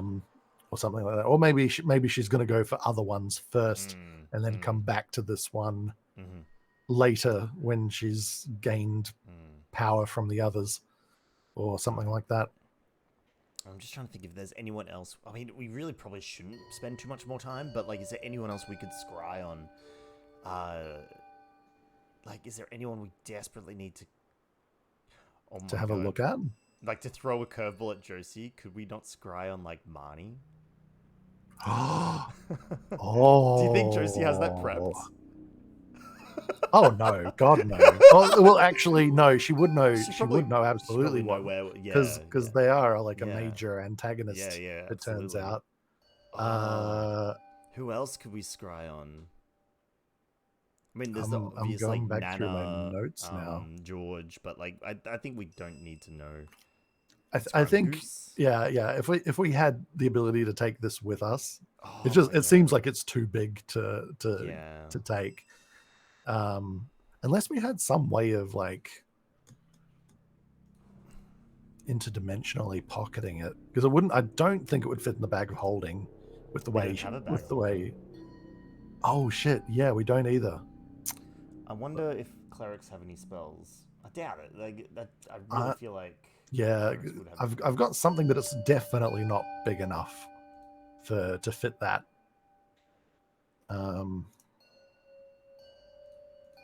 I believe. Hold on. Because a long time ago we picked up a scroll called Wrist Pocket. Yeah. But I'm pretty sure it's only something very small that can fit in it. Yeah, no more than 5 pounds. So there's no way. I'm wondering if Rudy should like prepare scrying on the next rest, just to have access to attempting to watch people. Possibly. I don't know what. I mean, obviously, I have no idea what you have prepped each day, so it was. I don't know what you'd be giving up for it. Doesn't really help us too much. Well, I mean, it's a very good spell to have. I mean, you just used it, right? Yeah, we kind of jimmied the rules a little bit because it doesn't dispel poison. Yeah, Cast it, yeah. Or rather, you, in a way, I would almost say you almost upcasted it in a way, right? Like casting Greater Restoration to get a lesser restoration effect, but also poison, essentially, right? Yeah, and to attempt the cure on 2 people. So yeah. And I suppose she got you to roll essentially divine intervention at the same time. Yeah, kind of the a thing. 17 was so weird though. That I rolled terribly on that D100. Well, remember, divine intervention is about rolling under. Oh shit, you're right. Yeah, so it was so I rolled what, only 5. So rolling low is or good 4 in your off. case. Yeah, okay, Yeah. that was pretty close. Hi. Ever since you popped in asking how it goes the campaign tonight, well, Rudy and Arthur didn't die to poison, which is great. It was close. However, very Arthur, due to seeing what might have been either an illusion or possibly the truth, I don't know. I legitimately don't know what happened with the eyes there. Was terrified of Rudy and almost didn't receive the healing. To which Rudy is so infuriated that we'll see where that goes. But well, I mean, if an eyeless specter came at you saying "drink this blood," I feel that's so reasonable. I mean, Gerald absolutely understands how Arthur felt. That's the one time that he could actually, relate to Arthur. I feel like, But yes, everyone's alive. We found a telescope that can scry, and it's like some form of super scrying device. We've found out the Dragon is okay, and we found Jalira essentially acting like a teenage schoolgirl, calling her crush. But we also know where our base is now, which was kind of cool. So yeah, Have you talked on who the crush could be? We have no Surreal idea. is kind of the obvious play, but like that seems odd. I reckon actually- there's a twist. I reckon yeah? it's the queen. I don't know why. I just think it has to be a twist. It can't be the obvious, and it would be someone that we've been helping. I reckon. Hold on, I'll be back. I just gotta grab a quick snack. But you stay on this tangent, or this is a cool That's tangent. that's an interesting idea, but on the other hand, she's been so actively working against, right? Like there doesn't Yes. seem like, But that could be the play. I feel like it's too good of a play, like unless that we're just getting entirely underestimated or something. But she did call a lot of dragons back, and those were classically the ones against the gods in the first place. Yes, but she doesn't know where these dragons are and doesn't know Like, their intention, and we are just literally. I think it'd be a good twist potentially, but I don't think there's enough support in the story to have that twist make sense. I think it doesn't make sense for what we're seeing at the moment. I could be wrong, of course. Anything could happen. But I'm thinking that I'm thinking it's very unlikely the Queen has anything to do with it. I'm thinking though that now that Darcy brought up Marnie, I'm wondering if Marnie is not the one that she loves. Like maybe Marnie is her love. Maybe. I have a further thought to the Marnie. Marnie and wait, so Marnie was the child, right? No, Marnie was the Marnie was the boss. Yeah. The boss, yeah. So Marnie, she was like poisoning, like she was using the sludges and stuff like that. The oozes. Yeah, and We're remember, going for a was poison Marnie? dragon. Yes. So if someone is going to attempt to, oh no, get to the this oozes Ur-dragon. were acid, I believe. Oh well, there's acid in the lake as well. It's kind of like acid poison. Wasn't that? Nah, it's just poison. Oh, is it just poison? Oh. Yeah. Okay. So I'm thinking, and here's the other reason I think that that's most likely. Think about the four horsemen of the apocalypse. Yeah, that's what I was literally just Marnie's thinking. one of them, and so is Jalira. Wonder if we could find the other two. Hello. Hello. We're talking about. We've got some theories now. Oh, let me know. Tell me. We can't let you know because then you'll. I mean, I could just watch the VOD anyway. Oh no, Oh, that's true. Yeah. she's under us. No, Well, I we're was talking just, about I was the just crotch. positing that perhaps Marnie might be the one in the mirror, Or the Queen is what I came up with.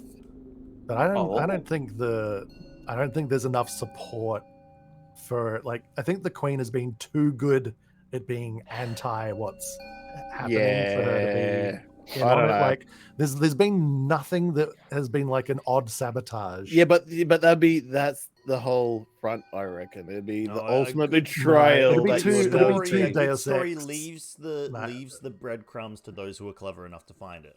Wow, Either we're idiots or I'm a genius.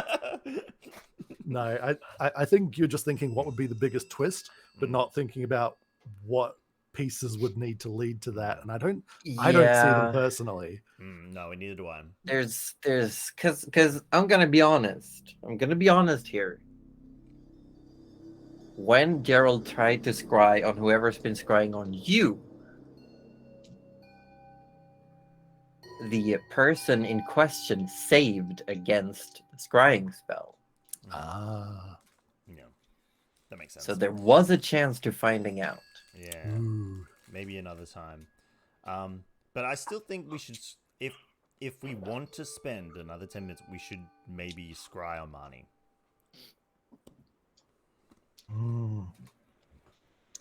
It's not a bad idea. I think, in fact, that might actually be a really good idea. Yeah, I'm for it. Okay. Yeah. So I guess if we're getting straight back into it, are we? Yeah, I guess so. We're all like D&D. To be fair, we were like, Gerald and I were like throwing out ideas. Like, Yeah. So, Marnie, you say, Rudy? I think that's a good idea. I think, honestly, the more information we can find about our enemies, the better. Like, And this is proving very effective, much more than I anticipated. So, oh, absolutely. Still keep an eye out. Yes. No. See if River, we can. you hold him. I'll get the bucket. Arthur. Yeah, you can see a little bit of dribble. That's kind of like. As you look with Arthur, though, he's playing with rocks with the brain, just like rolling the rock over to him. Arthur, keep a lookout. Yeah, the Leosel is not kicking the rock back to you, if that's what you're trying. I am not a pet. This is a pet. This thing here. You can This see the is a pet. tail. Tail, wag. the tail wag. Amanita. It's like, hi, I'm a pet. Hi. She did try to steal the carrot nose of a snowman just now when we were out. That's I would reasonable, too. though. She made an attempt, but she was blocked. She was denied. Okay, I'm rolling a saving throw for Marnie. But like, honestly, who would be bold enough to steal the carrot nose off someone's well-crafted snowman? That is terrible. That is absolutely terrible, sir. I would take my hat off to you, sir, if I had one. That was brilliant. Did you even take the skin off that, or is that some skin on carrot? What do you mean skin off? No, that's a carrot. You just eat it. You peel it. No, you baby. You wash it. Okay, I peel It's my washed. carrots. I peel Yeah, my yeah, carrots. yeah. Depends on what I'm doing with them, to be honest. There is absolutely no need to peel a carrot. It doesn't affect the taste. Well, neither does a potato skin then. I I peel mean, it potatoes. doesn't. Yeah, I do too.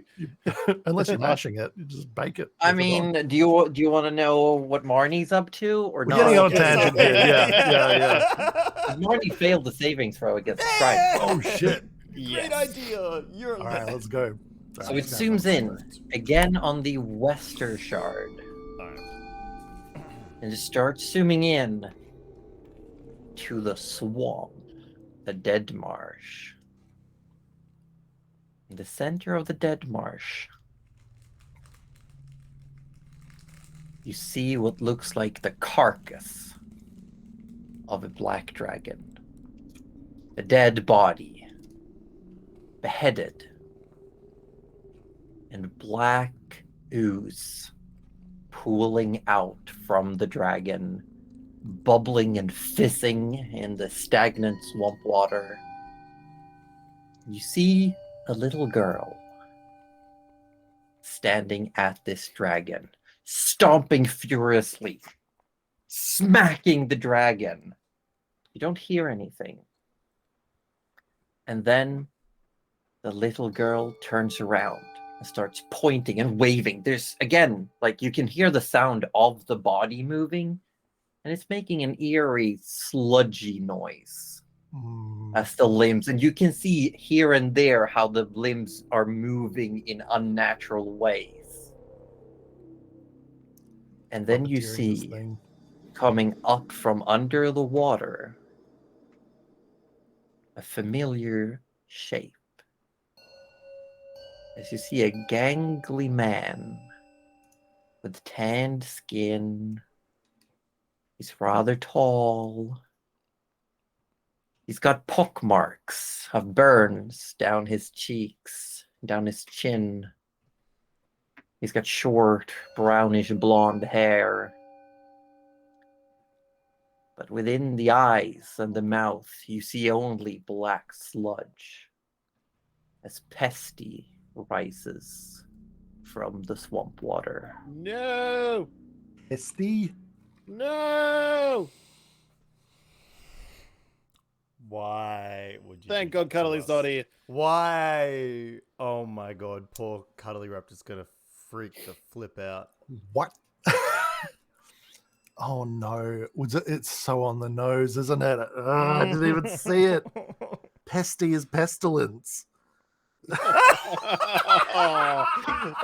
fucking leave now, Roji. No! That That's- ruined all the tension. All You ruined all the gone. tension. Oh no! It looks like the same thing as what you saw with the assassin. Yeah. Oh okay. Yeah. So it looks more or less like Yeah. there's an ooze inhabiting Marnie is the a child. suit. Inhabiting a pesty suit. Yeah. Right. we cannot let Sin know of this. No. Hopefully, there's no reason for them ever to find out. Everyone looked at the camera. Because we know Sin's gonna find out. There's a villain arc coming for Sin. Well, You've spent with the short rest and with this, you've now spent nearly 2 hours. yeah, because we should- did should- like 4 scries, was Mhm. it? Yeah, we Yeah, should so start an hour moving. 40. But the black dragon was the black dragon that that the druid was kind That's of. the one that the yeah, druid so encountered. Yeah. that wasn't a nerd dragon. And that was it, just a it regular seemed, black yeah, dragon. it was a big black dragon. It was not an Ur dragon, but it Mm. seemed also very dead. And it seemed like Marnie was very upset with the dragon being dead. Good. Mhm. Okay, we'll take that. And but now obviously Marty's trying to like puppeteer the dragon back to life. I'm assuming is kind of the vibe I was getting. No, she wasn't puppeteering at. She was angrily gesturing with her back towards the dragon. Like she Oh, turned away from the dragon and started gesturing at something else, and then Pesty appeared out of the muck. right. Alright.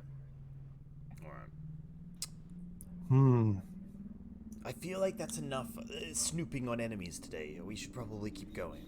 Yes. Good information though. I mean, terrible. Well, I mean, Pesty's already dead. Yeah, but think of Sin. Oh yes, Pesty's more the lucky one, I guess, in this case. And Well, Nana. Well, Nana's got her own thing going on right now, so let's not bother her with this. But I think, Oh, absolutely not. All right. Into the yes. study then. Yes, into the thick of it. Gerald, you remember the password, yes? Of course, yes. Something about a final incantation, yeah? Yes, it's the final incantation. Yeah, and as you both say that, there's like odd, like without any sound, the door just swings open. Oh. Oh, simple. Oh, was You it see a little bit of a corridor. This is well lit by these ever-burning torches. And a room opens up about 30 foot down. Definitely wizards first. I mean, well, far be it from me to. But Arthur, no, wait, no, that's a bad idea as well. Arthur River, puts his hands in his pockets. River, do you want to go make sure the room's safe? Don't touch anything, though. Yeah, whatever. And River just walks in. On brand. And then you hear Set calling back. There's a bunch of tables and maps, and there's also stairs No leading monsters, down. though. Well, there's looks like some sort of closets open, and there's like glass on the ground. Yeah, maybe don't touch that either. All right, let's Yeah, go. looks like something. There's jars in there, but I'm not going close. I remember what you said. Yes, yes. In we go. Nothing blew her up when she went through the door, so Yeah. You step in, and indeed, there are tables covered with schematics and charts over the starry night sky. There's bookshelves lined with volumes of writing and journals. And there is indeed, almost in the center, like as soon as you come through this little corridor, immediately to your right is a large, wide stone spiral staircase that leads down. Right. And there is it at the far ends, way to your left, way to your right, two small like closets or cupboards. And the one to the right, the door is open, and there is indeed like glass on the ground, and there's shelves of jars in there. Arthur's gonna walk up there, but look for an emerald on the ground. Careful, Arthur. If you hear any voices in your head, step back. Oakley dokley. As you step closer, Arthur, you do see the glass on the ground. You don't see an emerald or a sapphire. And you do see these glass jars filled with some sort of liquid, and these looks almost like squids, but without the actual bodies that are just in these jars, slightly quivering, moving, shifting. Do you guys want to come look at this? It looks a bit gross. No, I'll be fine. No, is it the only thing in that cupboard? Just jars of these Seems like it. wiggly boys. Yeah. All right, Arthur, do you want to take a stick and poke that closet closed? Arthur just sort of looks at Rudy and goes, "You reckon I should do that as well? Touch things?" No, with a stick. Take Poke one it- of your poke it mundane closed. arrows and use that to poke the door closed. Oh, okay. And then Arthur just grabs out an arrow and does that. As the door is about to close, I swear you can hear whispering from inside the closet. As soon as he's whispering, he's gonna go, "I hear you whispering!" Close the door then. Close the doors and step away. We spoke to oh bother, Leocell. Leo. Yeah. Leocell. Leocell told us that he heard whispering at the jars. Just close the door. So what does Arthur hear? You hear just at first inaudible whispers, just mumbling, just like a cacophony of small voices. Whatever you're hearing, Arthur, don't focus on it. Just close the doors. Be a good Arthur boy. Closing the doors as quickly as he can. Yeah. The door closes. No more Did whispering. that help? The whisper stopped. You Arthur good, just sighed. Arthur just sighed. He's like, "I can't hear it anymore." Oh, good. All right, so let's not open that one. How about we don't open the other one either? Well, maybe not. I won't open that one, but maybe someone should. But I will. While you all take a bit of an inventory, see what's around. If there's anything important, look out for that gem. I'm going to recast Detect Magic because it only lasted 10 minutes, and then I'll be able to have a bit of a look-see. Rudy will do a investigation check. Is it to sweep the room for a sapphire? Yeah. Arthur will help. Okay, so Rudy, you can roll with advantage. Oh.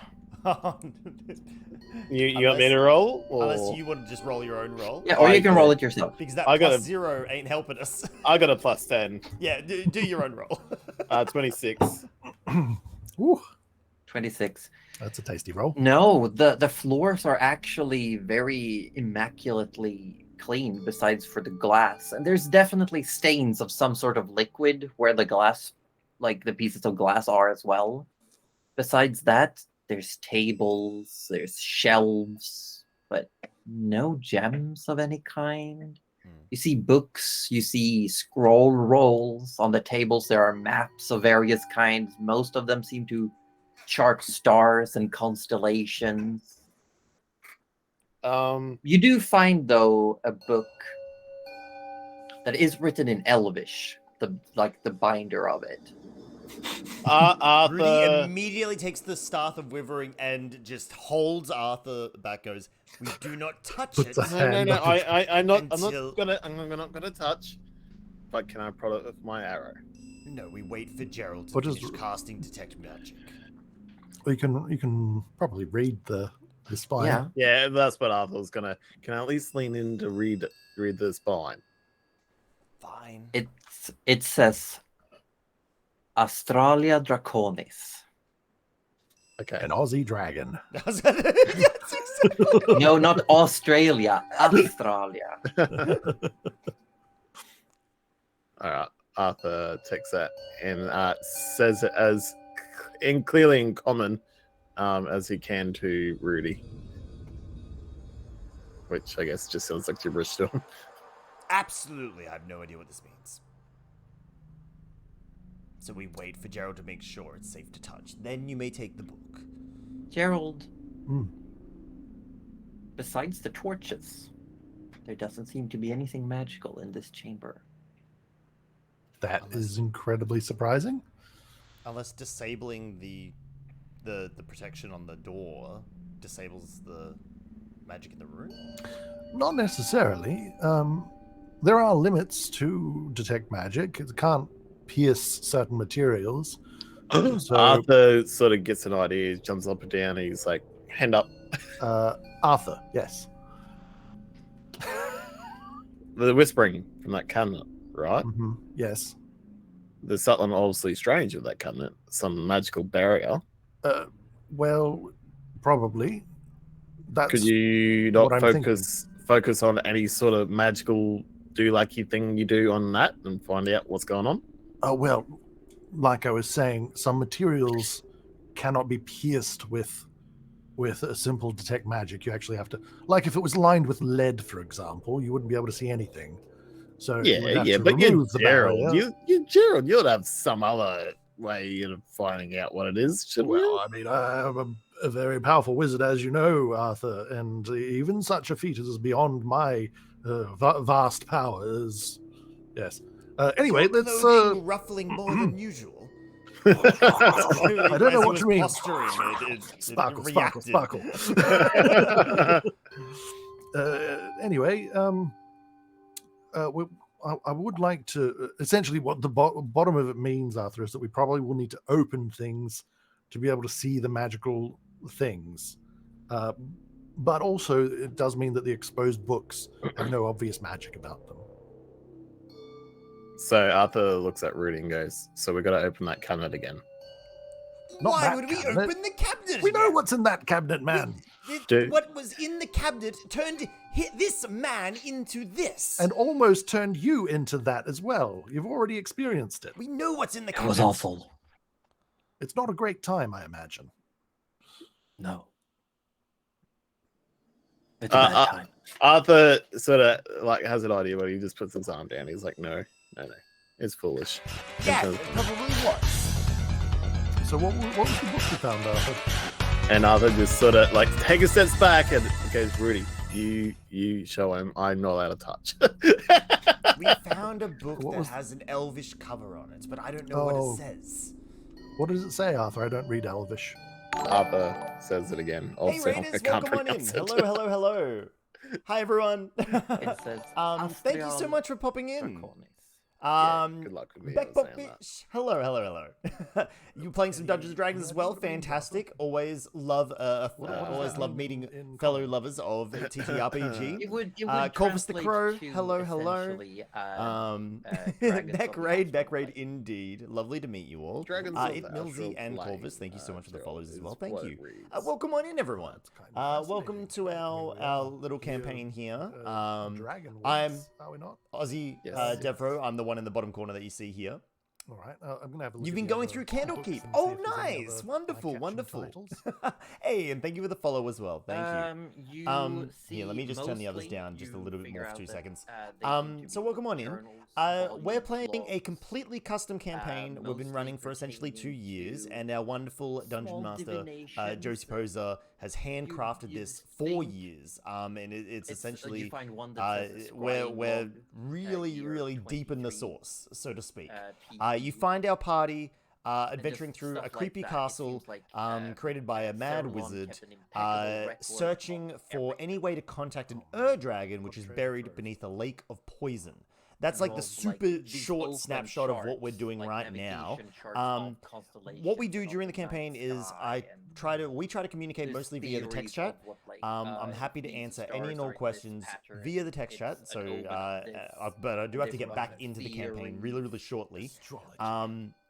We have There's 2 of a our lot members of, are like, missing today, but right now we have Wedderstorb, who is that way. He's playing Arthur Orblet III, our party's ranger. We have participation award above me playing Gerald, our warlock sorcerer, Honestly, I but would his love to name be is able to Gerald take the all of Wizard. this back with And us, then myself playing Rudy Magic Hands without the McGee bag of at the holding, I party's feel like reborn that's gonna Grave be Domain difficult. Cleric. But I'm going to jump back into the It's pretty roleplay aspect of the story strong because now. I'm not really sure what's going on exactly here. I'm But we're strong. exploring a wizard study, a Possibly the dangerous wizard strongest. study, very evil wizard study. But feel free to ask questions in chat, say hello, all that sort of great stuff. If you need to run away after I'd stream, like I completely to- understand. Arthur, If would you need to help get some me rest just or get some check, food and all that sort of jazz, I for completely some more understand. But mundane thank you everyone traps? for I'll coming pull a book on out in and over the have raid, and pull a welcome on lever in. I or hope you something enjoy. silly. Sure. Investigation. Yep. With me assisting. Sorry about that, guys. Just had to welcome in some raiders. 17. 17. No, you do not find anything that looks like Was that with traps. advantage? Oh no, it was not. Sorry. Let me roll again. 17. All right. They do not seem trapped. Some of the books look like they have small padlocks. Some are just have like a regular leather like pad that closes them. But none seem trapped. There Cool. doesn't seem to be. Which ones are padlocked? The one that Arthur pointed out is padlocked. Mhm. One that doesn't have a title, but it's like placed on its own. Like it's one shelf and there's just that one book laying on it. Mm. All right. We're going to come back to these books, I think. I'm sure there's incredibly. We can't just take the elf book. Well, I would like to take all of them if possible. But let's see what else is in here first. I feel like what we're looking for is further down those stairs, right? We need to get to as close to the basement of the castle as possible. Of course, yes. Just the value of this is immeasurable, Rudy. I know, but I'm also worried about our time. We're being watched. We've spent a lot of time here, especially with that scrying. They would still have to come through us one way or another. And actually, that's a good point. I don't really want to linger if they're going to have to come through us. I knew you'd see it my way, Joe. But we still do need to check this place because maybe there's something that can stop them coming through us. We don't know. That's the thing. All of this magic is beyond. They do know the password now too. Sure. Look, all I'm saying is there's a lot of important things potentially in here, and even just the information in those books could prove vital to anything we have to do in the future. So let's have a bit of a nosy through. I'm gonna have a bit of a look through the. Is it a desk with drawers or is it just a table? They're just tables. Okay, cool. And you said there was only 2 cabinets with doors, and that's the only things that are actually enclosed in some way. Is that right? Yes. Cool. Rudy quickly turns to the brain. Did you get in here using the password? I did, yes. Remember, now he addresses Gerald. Remember, we were specifically told not to touch anything. If our friend here already knew the password. Yes, and he opened the cabinet full of brain bugs, which then obviously he broke one out because it probably controlled his mind in some fashion, and then it got inside him, and you know the rest.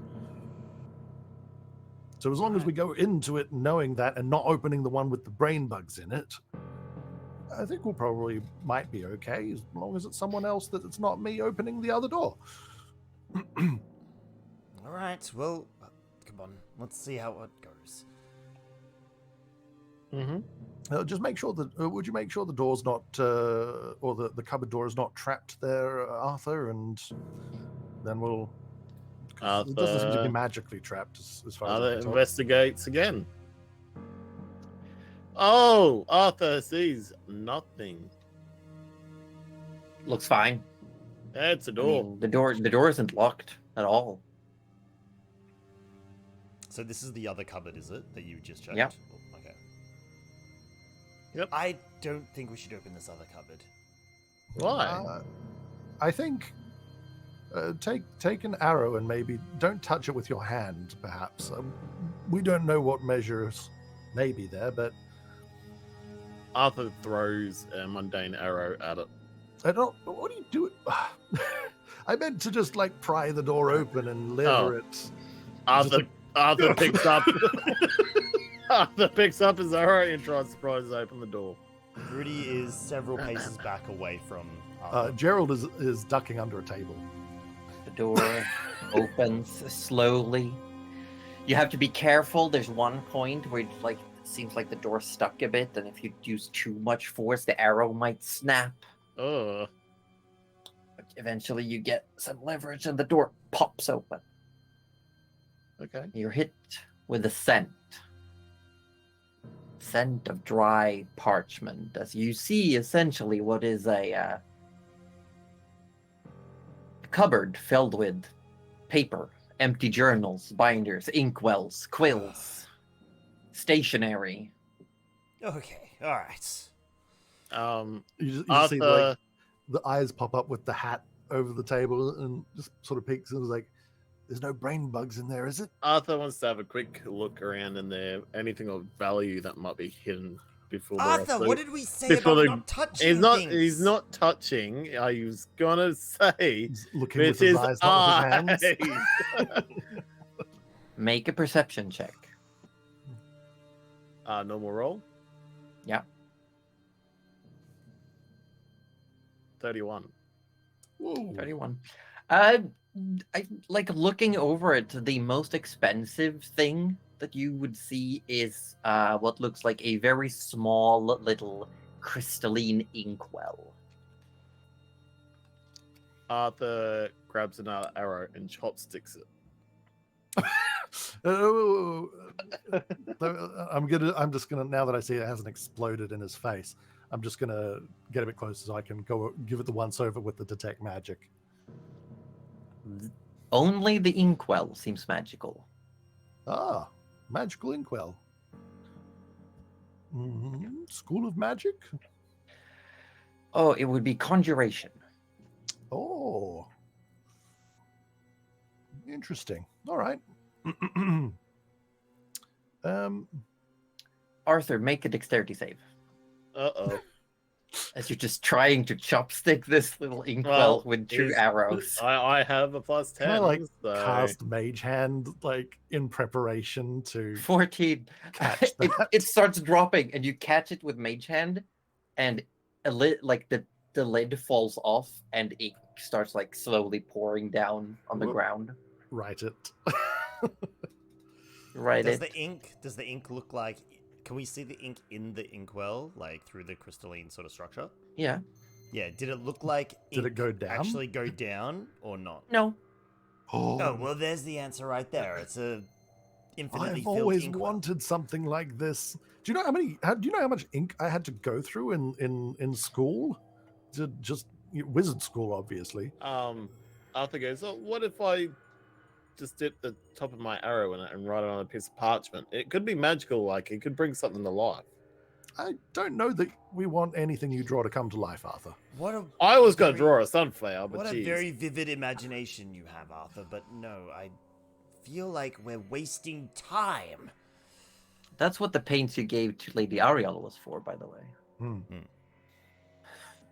Oh shit! I just thought about that. All right. Okay. Great. Well, I'll put this in with the rest of my scribe supplies. It is an endless inkwell. Oh, beautiful.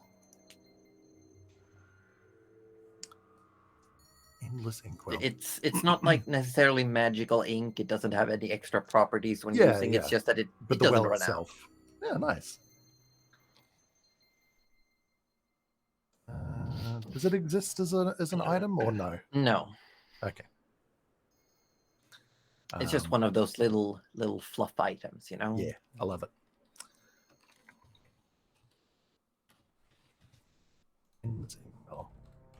Add item to chest. So I'm gonna have a look through the papers because you said They're you just said there's- blank. Oh, okay. So just blank parchments. Yeah. Are they of good Look, enough it looks quality? just looks like storage for extras, you know. Got it. Are they good enough quality to write spell scrolls with?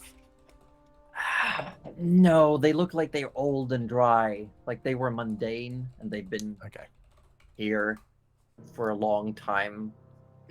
cool. Any secret compartments? Arthur didn't see any. Magic doesn't pick up any. All right. I do hesitate to touch. I'm going to use Mage Hand actually to more physically investigate. Front. Oh, Yeah.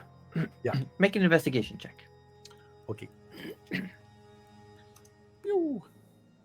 Oh, that's not a good roll. 16. It doesn't really seem to find anything. You also find like empty binders, stacks of parchment, more mundane wells of ink that have long since dried out. You find a stack of quills. We're rummaging through a stationery cupboard. Oh, I don't know that. This is the study of the Blue Mage, the one who Yes, and they built a tower for. But we have Master a Wizard. mission. Master Wizard, there would be more things down below. This is the conservatory. The actual studies below us. Oh.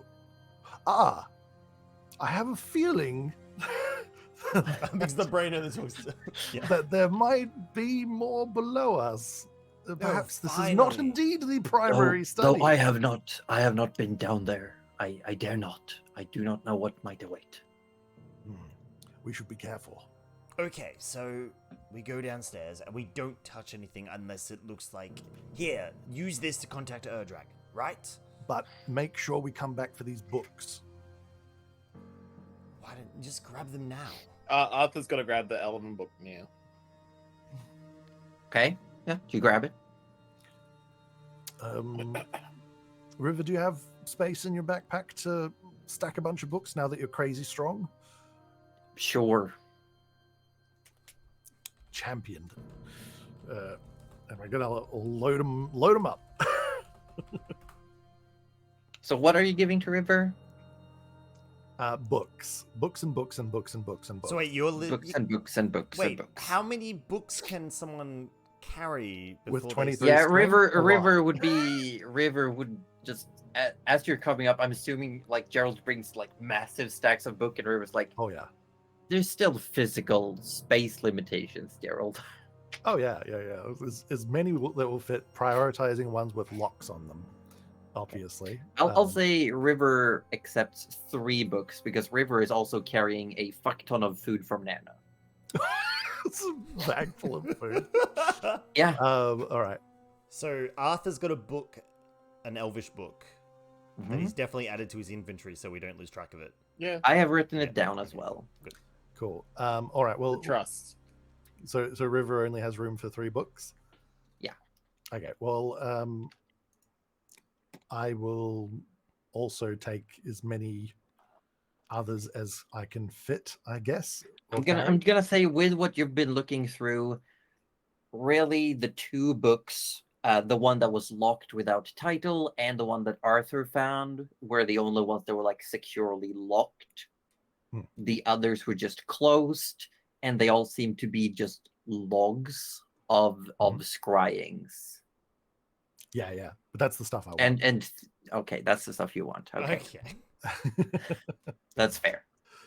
Yeah, I want all that. I want all that history, all that Really lore refuses at to take hand. any books that aren't like locked or important. Well, If see, they're just because scrying in books. Gerald's mind, we're dealing with a problem that's historical, ultimately in source, and if it's been dealt with in the past, this is material from that era. Fantastic. And that's kind of like there's potential answers in here that we, with benefit of hindsight, we might be able to piece something together out of it. as like a Rudy downtime activity or just wants to something. go downstairs. So Gerald grabs a couple of books. Arthur has a book. River's carrying some books. There's books. Yes, So many books. so many books. And Leocel is waiting by the staircase. Mm-hmm. Onwards. Arthur gets ready. You want me to go down first, or Be my guest. Arthur pulls out the sun sword just in case? Okay. You start heading downstairs and takes a while. You pass through some stone, and then it opens up, and you see before you a room where the walls, there's the easternmost wall is big, wide. Like that's the main area of the room. Has 6 paintings hanging on it. Just like the room above, there are 2 alcoves, like little cupboards to the sides. Mm-hmm. One door of them is open, one is closed. The one furthest away from you is open. See these paintings. And you also see gargoyle heads in between these paintings. Mm. There's another spiral staircase leading further down. And as you come in, you quickly see that these paintings, you've seen them before. When you first entered the castle, you saw paintings of the castle itself in various locations, in various surroundings. These are almost identical replicas, but it looks like the paintings are moving ever so slightly. Ooh.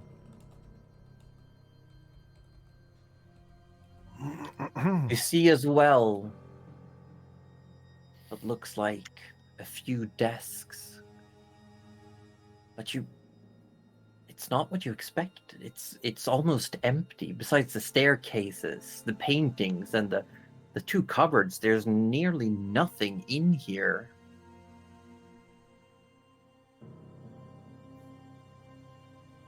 Gerald, Yes.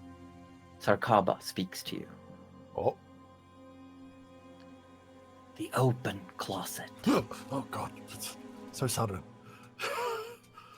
Yes. Go to it. It's not going to eat me or anything, is it? Obviously, and No. whistle for the hat. Yeah. Right. One moment, and I'm going to follow his direction. Everyone sees as these gargoyle heads slowly follow Gerald as he passes by.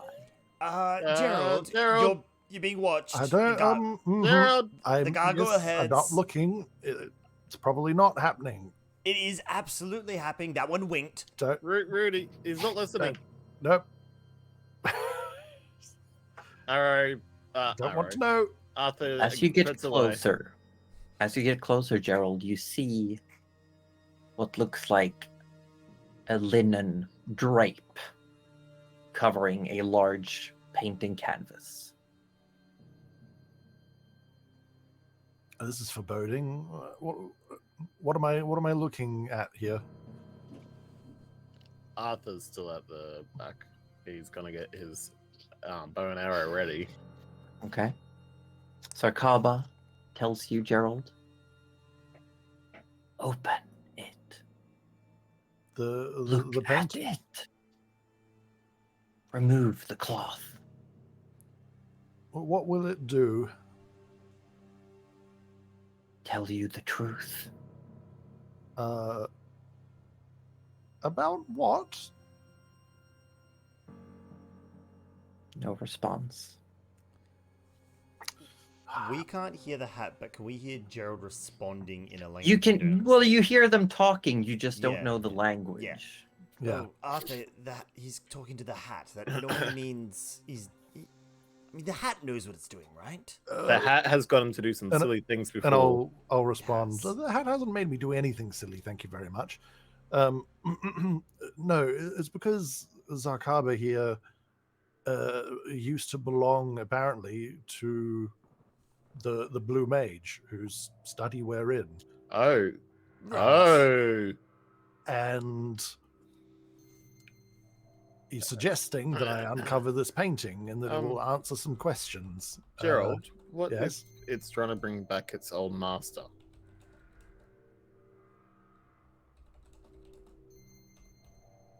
Zakaba in the business. Yes. You wouldn't be trying to guide me or trick me or hoodwink me or otherwise bamboozle me into freeing the Blue Mage from the Blue Tower, would you?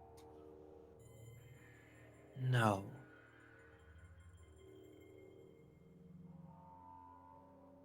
Is there how does one gain insight on a hat's intention? That is not a sentence I think I've ever heard in my life. No. That's great.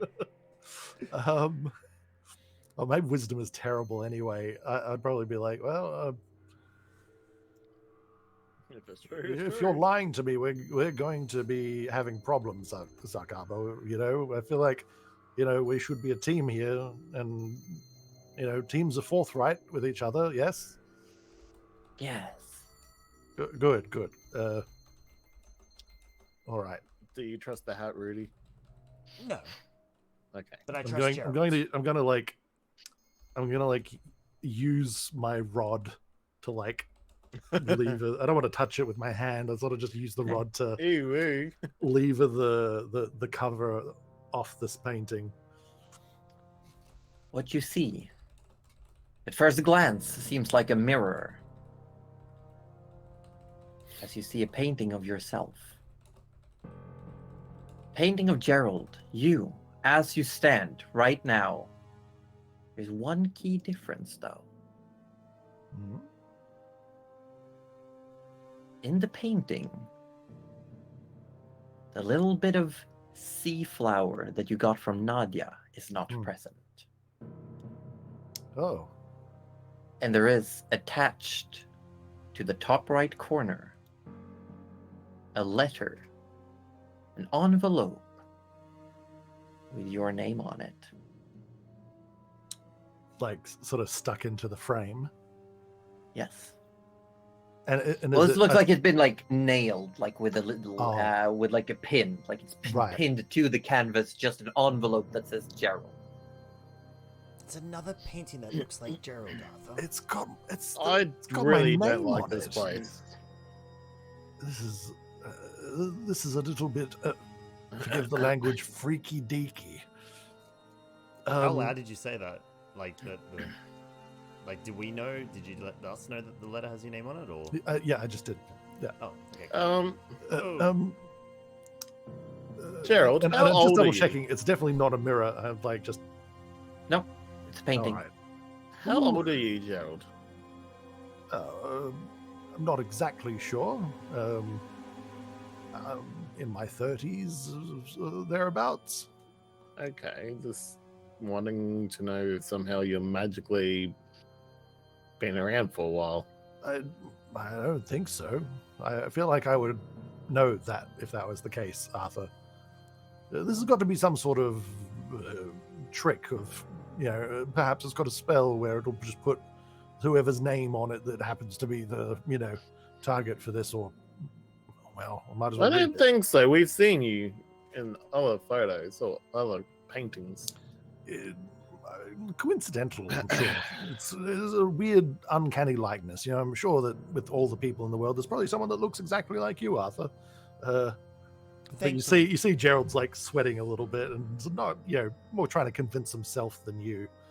It's the cat. It's the hat, isn't it? So And he's saying this to Rudy. I'm gonna unpin it, and I'm gonna open this. Is it an envelope? Is it? Yeah, and there Yeah. is a letter inside that I'm going to post in the dice tray so you can. It's just a read big it. W. No, it just says no you in the dice tray. Okay. Oh, heck. Oh, okay. Might want to read I'll this read one this up. out for yeah, you. read this out.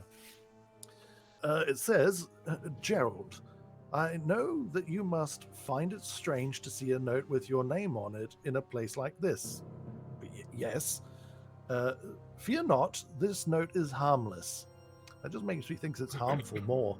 I peered into my future and saw the ruin that would befall my home if I joined in the arcane wars that were to come. Whether you question the legitimacy or not, I can assure you that Zakaba found you and not the other way round. It wasn't lost and found. I wore Zakaba for some time while serving the Lord Abraxas. I am asking you for a favor, Gerald, as well I will tell you a secret. Would you be able to tell my beloved bride-to-be that I will not return? I have willingly gone into incarceration to a place I designed myself with the help of Muhit. That's the... Abraxas fed my curiosity for the potential of magic, and when my age came upon me, he showed me how to remain alive. I did awful things, heinous and immoral, yes, to a point there is no coming back from. I also saw the wars to come and my part within them, and chose instead to design the prison that holds me, and I will remain in the Blue Tower till the day death finally finds me. That's a lot. I saw that Azarkaba would find you, and that your journey would bring you here one way or another. Please tell my beloved Ariel that I love her, and that her art is what keeps me from losing my mind. Oh, that's kind of sweet, actually. Now, in return, Gerald, there is a secret that Zarkaba knows, but would never tell you. Simply tell it. Teach me the final incantation. Now I know you seek Muhit, and to find her you must venture into the dungeon below my castle. What may be down there is beyond me. Good, great. But I have faith in your triumph. P.S. There is an artifact that might come in handy in the first floor southwestern guest room. God. Back to the guest rooms. Wow. That is a lot. So you read that out loud for everybody, yeah? For Arthur and Rudy and River? Yes. Yeah, okay. Yes, so I did read that aloud. I copy pasted that into my notes there. I'm curious about the spell, Gerald, that you can learn. Oh, well, surely he doesn't actually know the final incantation. What is the final I don't know. I mean, it's, as far as I am aware so far, it's simply a name given to the deity Abraxas. They call Abraxas the final incantation. Theoretically, they was looking for the end of magic, or not to end magic, but the limit, the final limit of magic, as I understand it. Is that correct, Josie? Yeah. Cool. I'm more curious to note that the wizard that you seem dreadfully scared of is actually willingly put himself in incarceration, which means he actually regrets what he did. In a sense, he must. And designed his own prison, left this for you, which means he's actively trying to help us. I suppose so. And we gotta go tell his wife some bad news. Yes, I don't particularly look forward to that. But I guess we'll cross that tumbling bridge when we fall down it. Wow, that's a lot to take in. Do you need I to guess that see? explains the creepy the paintings of me. Because I guess he saw me in the future. in some way. Although, now that you mention it, so these are paintings of you, or at least this one is, but the hat is a little bit different, right? The painting, correct me if I'm wrong, Josie, but the painting here that we're looking at has wizard on the hat, right? Yeah, this one is Gerald. Like, there's no doubt about this it. one is Gerald. Yeah, sparkling robes currently but- and all, I imagine. But what Yeah. the only Rudy's difference pointing was out that is the thing in the yeah. hat from Nadia is not there. In the Yeah. Because I painting. feel like that's fairly obvious for everyone to see, right? Yes, I guess that was something that was not foreseen. Perhaps we've taken a slightly different path to get here than indeed even the Blue Mage foresaw. That weirdly concerns me more than the Blue Mage actually knowing we're coming. Oh, that terrifies me. Yes. Because that means what else is different? What else have we done to alter? Have I done something wrong? Maybe I did something right. No, that can't be right. No, I must have done something wrong along the way. Does the Nadia says she needs help. Does the painting have the markings that Gerald now has, like on his arms, like the burnt scorch marks Oh, and stuff good like that? Is that all question. there? Yes. Okay. All right. Well, I guess there's not much I can do about this now. It's nice. It's a nice rendition of me, I guess. I mean, well, okay. Well, this confirms a lot of things. This confirms that Muhit is under the dungeon. Yes, and Lower Muhit down. helped the Blue Mage create his own prison. And also that he left something for me. Yeah. So I'm wondering. You would see also there is an exit out of this room in a similar direction where you entered in the upper floor. And we're currently on the first floor because we just came down from You're on the the second. second floor. Oh, No, we're on the you're second. on the second. Okay, so we So are we in would the need to go study. down Okay, one down more. one more. All So right.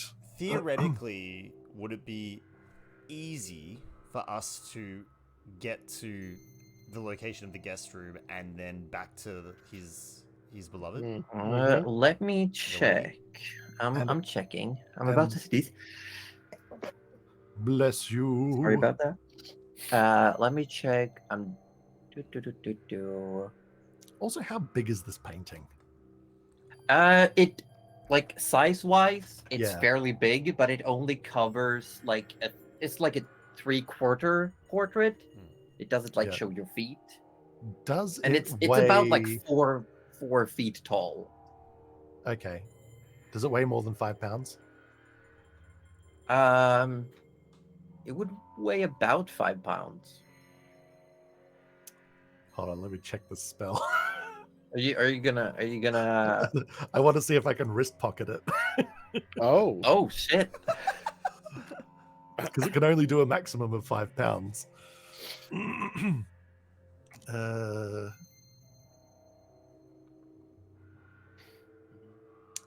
So it only lasts up to an hour to Okay. store it. So That's you just got to unfortunate. recast it again and then. Yeah. No, it's a 10-minute casting time though. So 50 minutes of movement before something explodes out of your wrist. Yeah. Basically, after an hour, it would just pop back out. But I mean, if it's not that heavy, I kind of want to take it. Oh, Gerald, now you're just being vain. We don't need a portrait of you.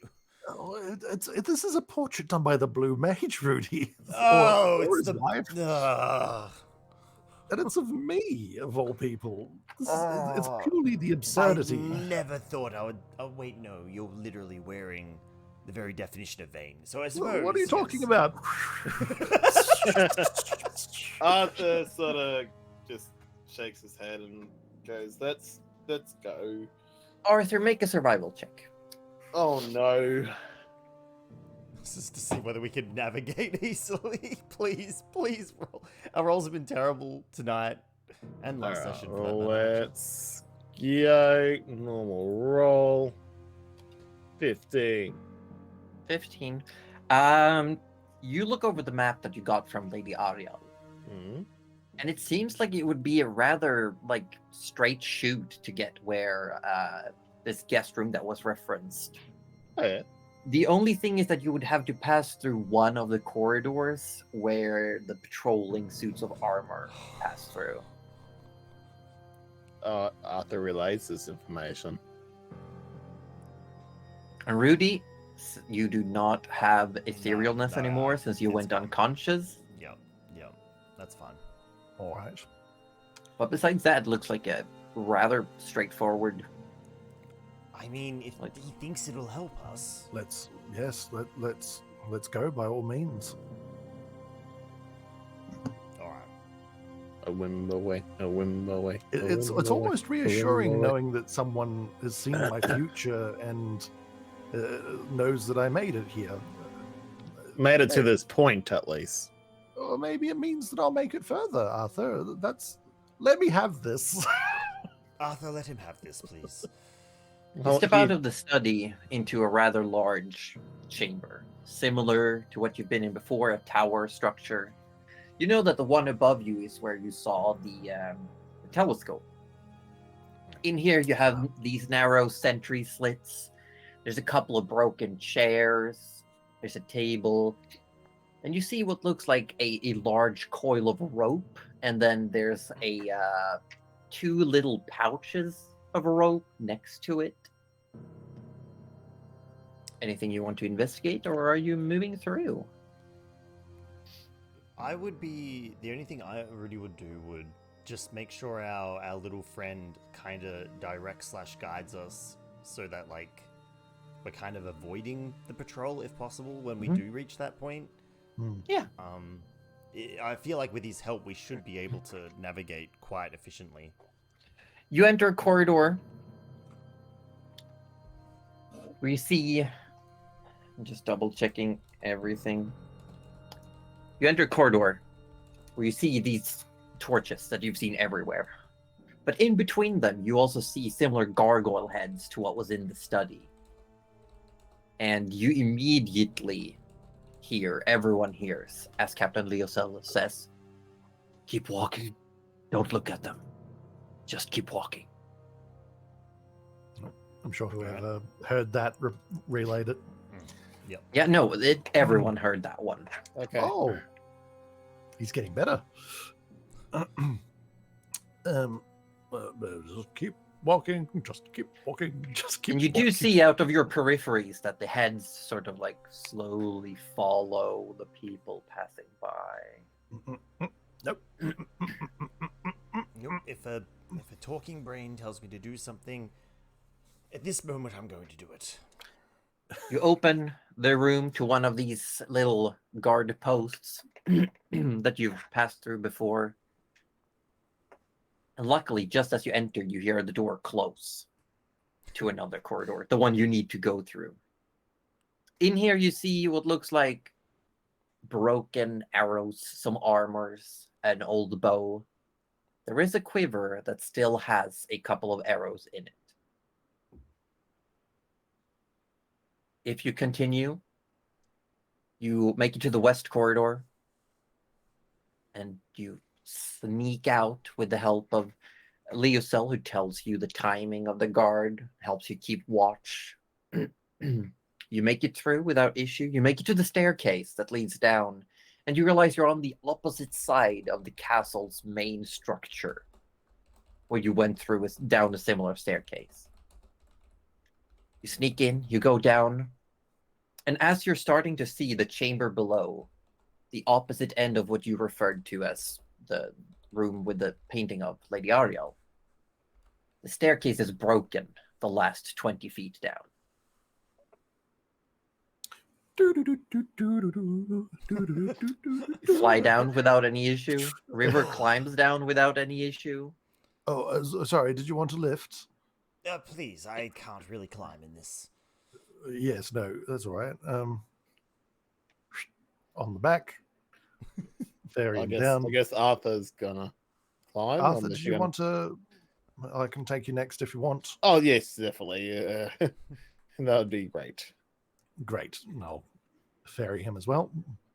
As you come down into this chamber, you realize, as you look around, there's one door that will lead east and one would lead west. And, the door leading east would take you to the gallery.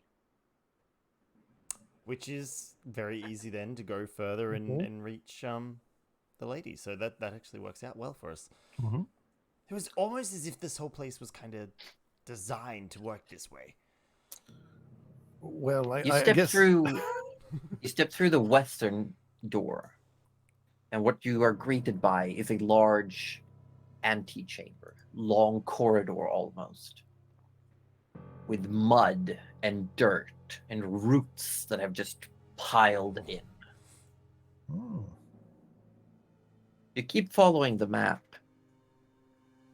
and eventually it takes you to another one of these guard post rooms where you see a handful of lazy ghosts that just sit around. They just look, they're like twiddling their thumbs. One of them looks up and says, "Evening." Evening. Looks at you as you walk by. Sort of just And you hear Slide as you're shuffle like past them. opening the door on the other end of the room, one says, "Was that a pet brain?" Wait, Leosel, isn't this your guards? "I do not think they would recognize me in my current state." No, but they're just sitting there. They're just playing cards. Oh, they're probably on their break. they've been down here for hundreds of years. They're It's probably dead. fine. I don't think I really have any jurisdiction and authority over their actions anymore. It feels immoral of me to demand more when they died in service. I suppose. And you realize you've entered the corridor where you first met the head maid that you spoke with. You're just in the other end. Oh my god! They're like walking there, like, wait. Oh, I hate this castle so much. I cannot wait till we leave. Weren't we just And here? according to the instructions, you see the first door on your right-hand side in this corridor would be the room We could have referenced. just gone in here and found it. Look, there's so much to explore in this Yeah, I castle. know! You've just chosen to like gun it. But that's so refreshing in its own weird way. I mean, Yeah, I'm yeah. literally just looking at the maps and gave you the quickest way to get there from where you were. Yeah. I'm kind of all for it though, for a change. All right. Well, let's brace ourselves and someone else lead the way. Just remember, Gerald, he saw you using this, so it must be fine. Wizards first, come on. Have a bit of confidence. Sure. You're right. I'm a big, powerful-ish wizard. I'm glad you didn't say brave, because I would have disagreed. Well, open River the will say door. something akin to, "Oh my god," and open the door. That's kind of what I was waiting for. And you see what looks like a very simple guest apartment. There's a little alcove with a wash basin. There's a bed. There's a little bit of a sit group and a fireplace. I don't know if Orb knows he's muted or if he's talking to someone else. Bob got raided, Okay. so he's sorting it out. Oh, good. And you see a pile of luggage just inside the door. Oh, Among okay. them lies what looks like a leather backpack that has a few side compartments, and it lays open. Like the big top flap is open, and almost like very obviously like something spilled out of the backpack. You see a very small little box. It's still inside or has spilled out? It has spilled out. Sakaba, is this what this letter was referring to? I am uncertain. All right. I guess I'll investigate the general pile of stuff, including this box, and we'll see what's there. Make an investigation check. I shall. Oh, where's my investigation? There it is. Yuck. And I am going to juice that. Oh, juice? I'm going to juice it. We love some juice. Yeah. I'm going to use... Dark One's luck. No, I'm going to use the other one first, if I've still Oh, got wow. More than just one. Oh, right, the Tides of Chaos. it. Tides of Chaos, Oh yes. no. Yeah, so I use Tides of Chaos to get advantage on the roll.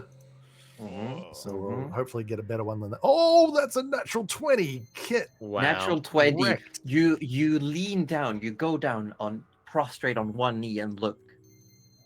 And as if all your prayers have been answered, I kind of just before you you reveal- look. You look at the backpack. And it's not a bag of holding, but it is a handy haversack. Oh, that is What very is it? handy.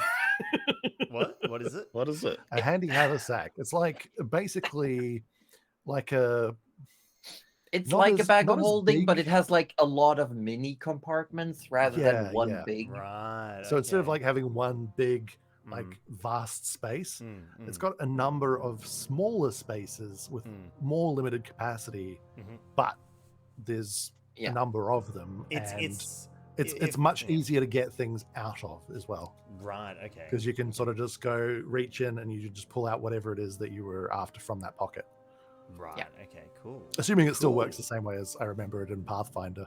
I mean, you Pretty you much. can find it in the. It's an actual item in D&D Beyond. Oh yeah, Handy it's still an haversack. item. Sweet. Yeah. That's exciting. I think the difference is that in Pathfinder, it always has pastries in it. There's always one What? compartment that has pastries. Yes. Love that. I love That's that. so good. I That's so good. I kind of hope it has pastries in it still. Let's see. Handy haversack. Yes, central pouch and 2 side pouches, each of which is extra dimensional space. Each side pouch can hold up to 20 pounds of material, not exceeding a volume of 2 cubic feet. The large central pouch can hold up to 8 cubic feet or 80 pounds of material. Backpack always weighs 5 pounds regardless of contents. Wow. Placing an object in the haversack follows the normal rules for interacting with objects. Retrieving an item from the haversack requires you to use an action. Oh, okay. When you reach into the haversack for a specific item, the item is always magically on top. If it's overloaded or sharp objects pierces or tears it, haversack ruptures and is destroyed.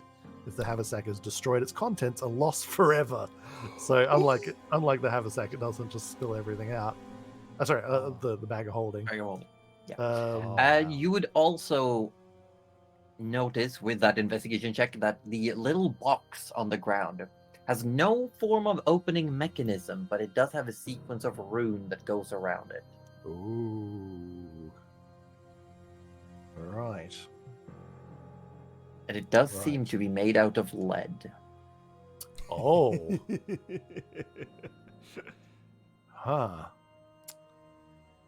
Oh yes. Also, keen note: if anything ever happens to me, never put a bag of holding inside the handy haversack, or vice versa. Oh, but that sounds That- like fun. That's that bad. sounds like Nope. the That's- number one thing to do. No, if we want to end a campaign, that's how we do it. Yeah, okay. Yeah, Nope. that's fair. no, do that. The way to defeat Jalira is to stand on opposite side and throw pocket holes. Why? Yeah, no, not? we just Look, if- put the bag over her, and like dump her in there, and then shove a portable hole in behind her. Yeah, and Yes. just Yeah, and then throw it like a grenade. I mean, it's kind of Yeah. like He needs if, a train. if we're about to lose against her, we can just take down the entire universe, right? Like, just I mean, basically, yeah. yeah. Problem solved. We could just be a sore loser. If we if we Just be a can't stop sore her, she loser. doesn't get the world, right? So- I mean, but yes, the little box also seems to be a magical item of some kind. Oh, that is a mystery for an overnight investigation, I feel. But I will add a small runed box to my inventory. You know what? I'm going to add it to my brand new haversack. it could be a bomb. Oh, absolutely, it could be a bomb, and that's why I'm not opening it right now. So you're not doing detect magic on it? Oh, Josie. I mean, it You're takes not 10 minutes. I don't have any identifying on spell it? slots. I don't have any, like, if we want to spend 10 minutes, Can you do it while walking, or do you have to stop and hold that's a straight? good question, actually. Can you do a ritual spell while moving? If you're not focused on anything else, you wouldn't be able to stealth, you wouldn't be able to like fly. Like, where we'll be Stuff like taking a that. known path back to the lady. Yeah. We know there's no enemies in our path. You know what? I'll allow some expediation. Where do you want to go from here? Well, Like, to the what's lady, we should let her know that her beloved isn't coming back. We should let her know, right? It's the right thing to do. Yeah, Rudy, I think you can say these words quite well, actually. No, I always put my foot in my mouth. What are you talking about?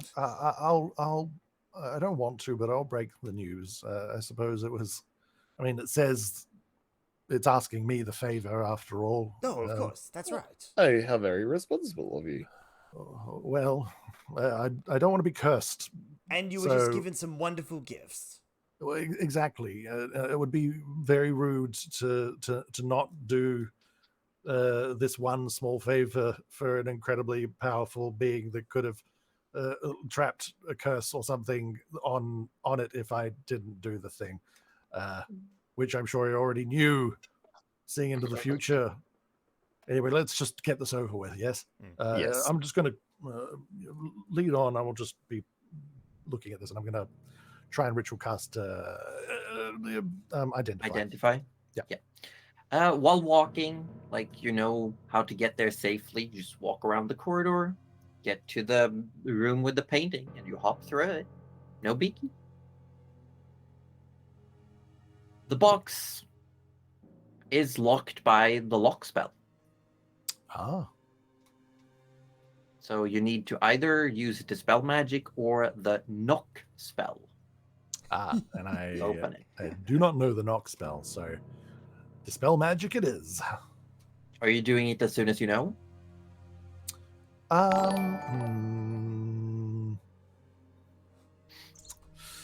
Normally he likes to wait for like the safety of being in in the tiny hut before he like starts doing this kind of thing, but like I think Gerald's more concerned about whether or not this blue mage had foreseen a timeline, and so he's like constantly second guessing and like trying to spiral down what his intentions might have been, what he might have seen Brilliant. in the future. Brilliant. Yeah. And just like, what if I don't do it right? What if I fuck up the future and like do it other than what he'd seen? Maybe he gave it at this point because I need to open it straight away, but what if he intended me to not? So there's a lot of like terrible anxiety loops going through his head right now.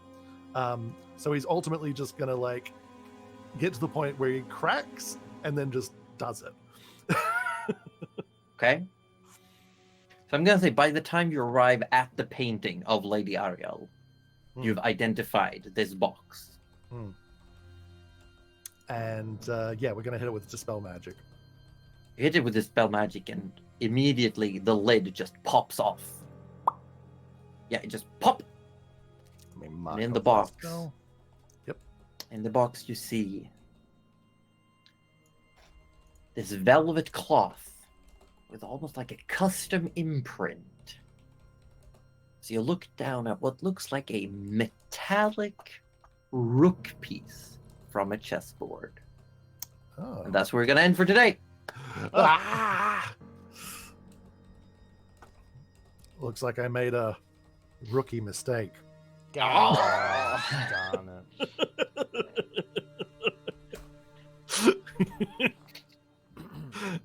That you did. That you did. Shit. A chess piece. We haven't encountered any chess board of any description, right?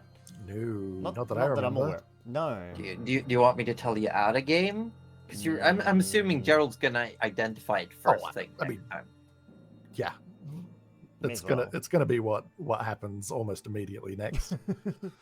You wanna hear what it is? Yeah, go on. Yeah, You yeah, wanna hear, yeah. you wanna hear what it is? Yeah, yeah, yeah. Do you have Yes. any theories? I'm gonna ask Roju first. Do you have any theories? I didn't before you asked me, and I immediately, now that you asked me, I immediately thought of, and I can't remember the name of the item, but the adamantine tower. It's the instant fortress. Oh my god.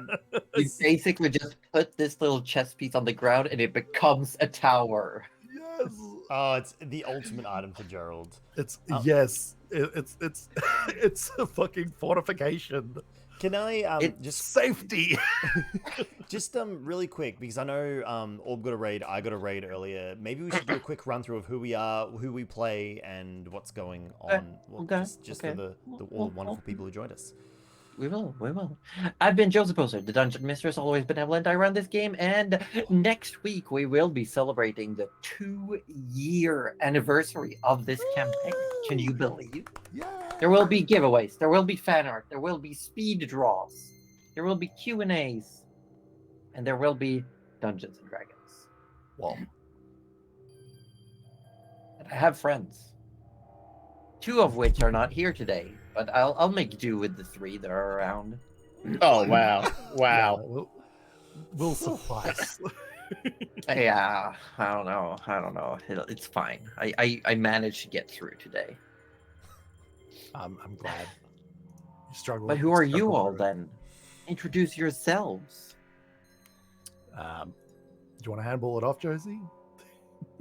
Or do it No, first. I want you Spoke to first. awkwardly fight about am- who's going next. I am Weatherstall. You I get much?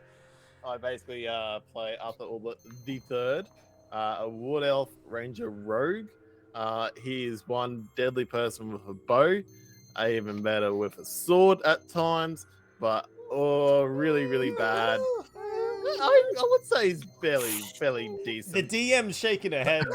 hey, he's fairly decent with a sword. You said better with a sword. That's other way around. Anyways, he can't He talk his thinks he's way better out with of the sword. anything. So therefore, he's always the fool of the group. What Thank a fool. What a fool! Who's next? Come on, chop chop. You can go, Roju. Oh, all right. I'm Roju. I come from the Channel Participation Award. In this game, I play Gerald the Wizard, which is not his actual class. It's just his title, because he's actually a warlock / sorcerer. Yeah, he's generally terrified of everything, and struggles through with a mask of charisma through life, basically. He does which is- indeed. Which is just basically keeps him on a functioning level, more than anything. And yeah, as far as me myself, I variety stream, ad hoc, day and time wise, but yeah, that's pretty much it. If you like that kind of stuff, come say hi to me. Hi to you. We do like that sort of stuff, but we do say hi to you. Yeah, We love do. y'all. Yeah. You're great. No, you. Nope. Just pick up Okay, this. come on. first. Aussie, come on. Just, Come I on. had to No. do this to Roju first. Come on. There we go. Yes, hello everyone. I'm AussieDevFro. I'm also a variety streamer. I'm live 4 nights a week. One of those nights, Dungeons and Dragons right here. The other nights seem to be a lot of Minecraft at the moment, but you know, pretty much anything really. Mostly MMORPGs as well. I seem to have somehow fallen into a black hole of constantly hopping between them. Not really sure how that happened, but It's MMOs. That's just what happens. it's where I've ended up. In this campaign, I play Rudy Magic Hands McGee, the party's Grave Domain cleric, who used to be human, currently reborn, and making more and more offers to a deity that no one seems to think that has their best interests at heart, but Rudy believes. Deep down, Rudy believes.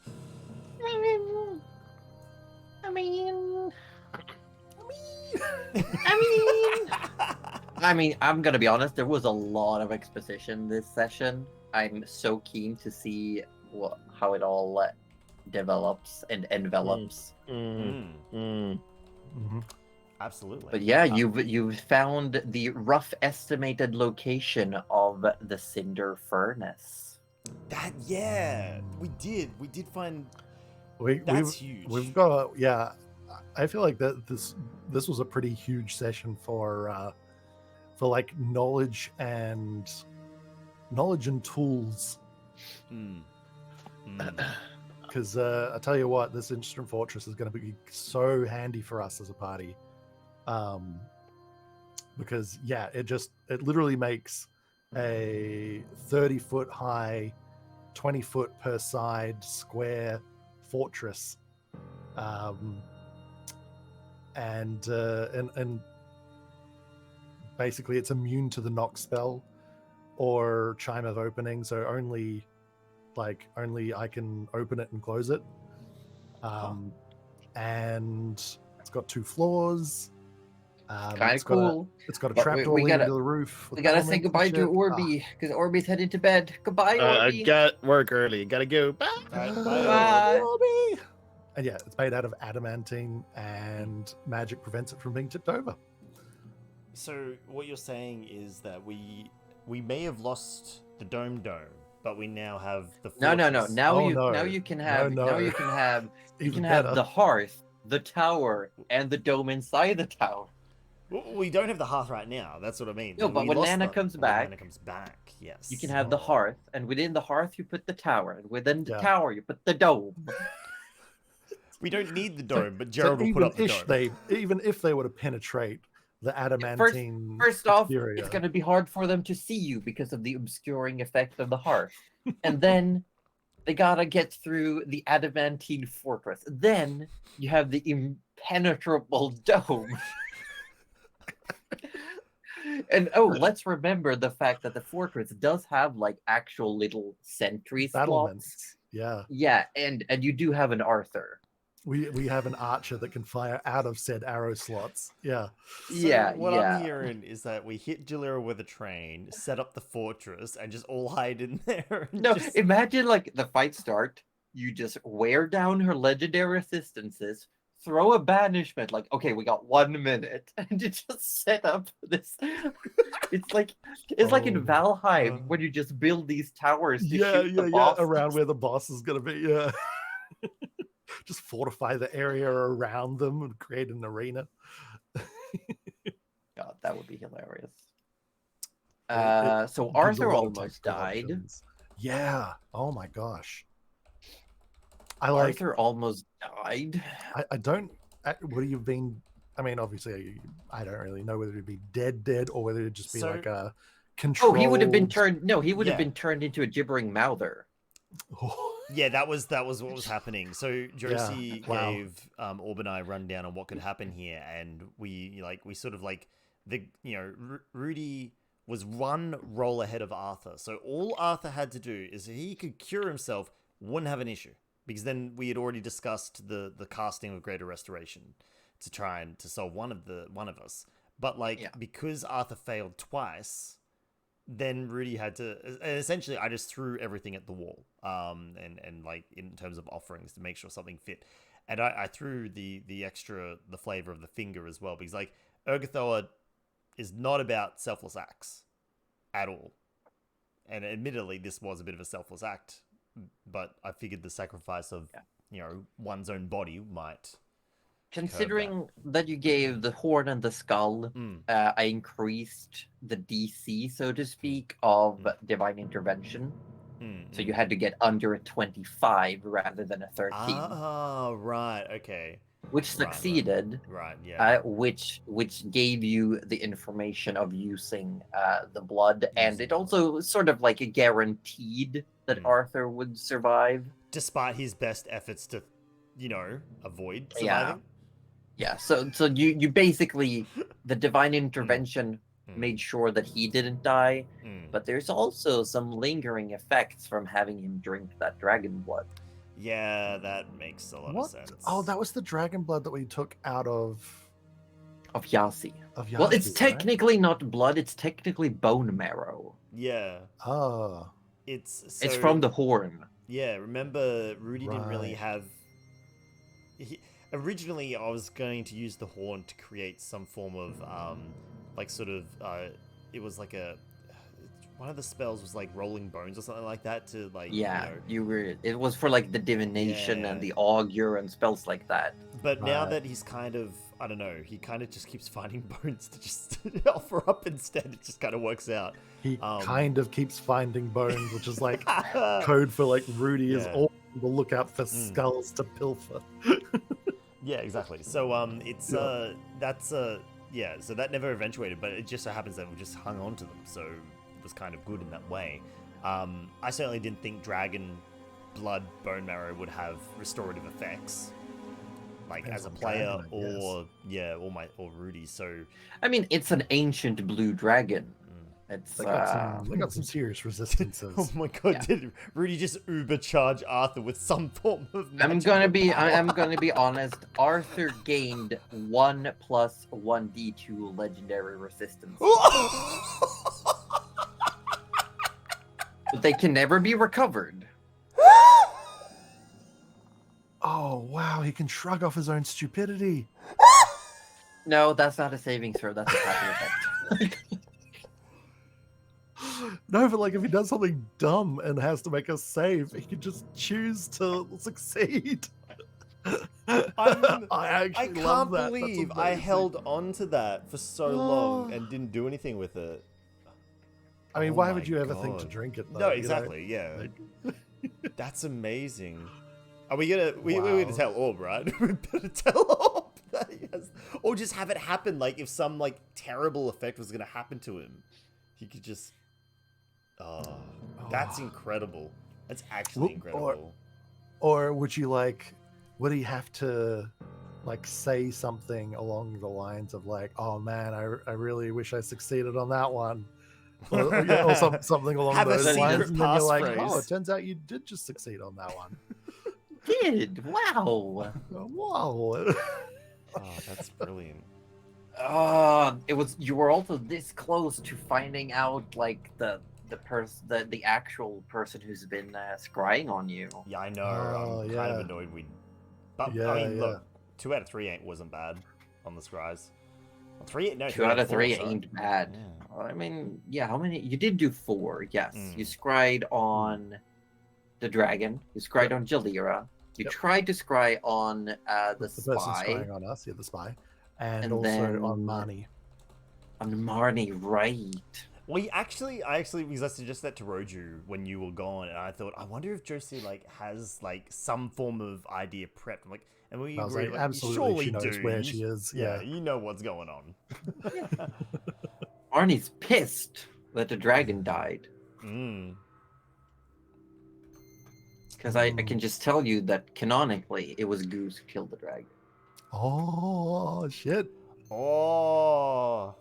Yeah. That's actually really awesome. I love that Goose is, like, and that was the dragon that injured Gianna Greensprout. Yeah. Because the dragon was taken over by the ooze, and then Goose, because he was you remember his whole thing was that he was gonna help the swamp princess save the swamp. Yeah. Oh, that's that swamp. Yeah. Ah. I wonder if Goose knows about Pesty then. Oh, yeah. Good question. He might not. There's secrets. No way of knowing. Yeah. Did you? Oh. Yeah. That's just a lot. I mean, you're getting up there.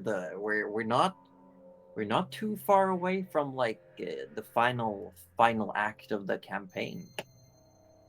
In a sense, yeah. I mean, we're sort of getting information that could sort of foreseeably allow us to try and at some point initiate a final confrontation of some sorts.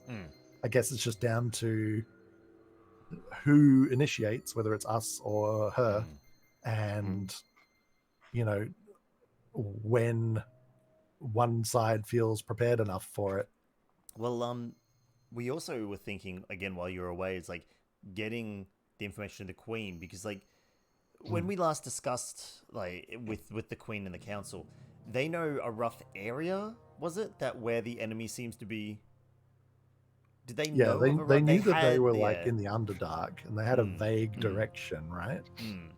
But Yes. if But- I But I don't think they had a theorized, specific location. so I theorized if Gerald could use that sleep spell he has to contact the queen again in her sleep, and then he could like visually like show a map and then pinpoint it for her. Hmm. And then that would give like, you know. Do you want to hear them, something cool regarding that? Yeah. Because you're getting close to that level up milestone. It's not we're Yeah, not we're gonna quite there, find but the we're dragon. close. We're close. So I was looking at what every one of you get at the next level up, depending on some choices. And Nana gets probably one of the coolest things. She gets a feature for her subclass called a Walker in Dreams, where she can, whenever she finishes a short rest, she can cast one of the following spells without spell slots, without material components. Ooh. Dream, Scrying, Oh. Teleportation Circle. Oh, teleportation circle? But the teleportation circle only takes you to where you had your last long rest. Huh. Huh. That's funky. I It's like a it. Hearthstone. Yeah, it is. Yeah. It opens the portal to the last location where you finished a long rest on the current plane of existence. Wow. That's pretty cool. Yeah. It's just like It's- that's pretty cool. That's pretty cool. Yeah, Pabor's asking Gerald is doing what to the queen in her sleep? Yeah, that's just pinning. I think that was the word. Yeah, pinning a marker pinning her on down. a map. Yeah. Okay. I thought you were pinning the queen down. The know? queen Can you would imagine pin Gerald Gerald pinning down. No, anyone the with queen his would arms? pin you Yeah. down. Oh, to be yeah. honest. Even if Gerald's too, I don't Gerald's know, the stringy for the bottom. queen, I Like, reckon. absolutely. I felt like the queen is, I don't know. Pining for the queen? Yeah, that's more Yeah, accurate, Lifespan. Yeah. That's Arthur's job. That's Arthur's job. Pining for everyone. I will also give a little bit of a tease to let everyone know that I've Mm. had talks with the Gudatome, so we might have. We're very much. It seems like everything is lining up that we're gonna wrap up this arc of the adventure by the holiday season at the end of December, and then when we return in January, it looks like we will have George and Nana back. Excellent. Cool. That's nice. That's nice. Gerald Just getting like- pegged by the queen. On that I don't- note, I don't think. it's, I don't think. I don't think that's what he would Gerald's- want, but I don't No. think. Yeah, it's not his style. Gerald strikes me more as someone who would do the thing like, can I sleep with your lap as a pillow? Yeah, I could see that. Yeah. I Just, think Gerald just wants a really comfortable hug. Like I think Gerald would he look needs up a to the weighted queen more blanket as is what he needs. yeah, he wants like more like a safe, secure, matronly figure rather yeah. like he just wants someone to hug him, like pat him on the head and say that everything's fine. Yeah, exactly.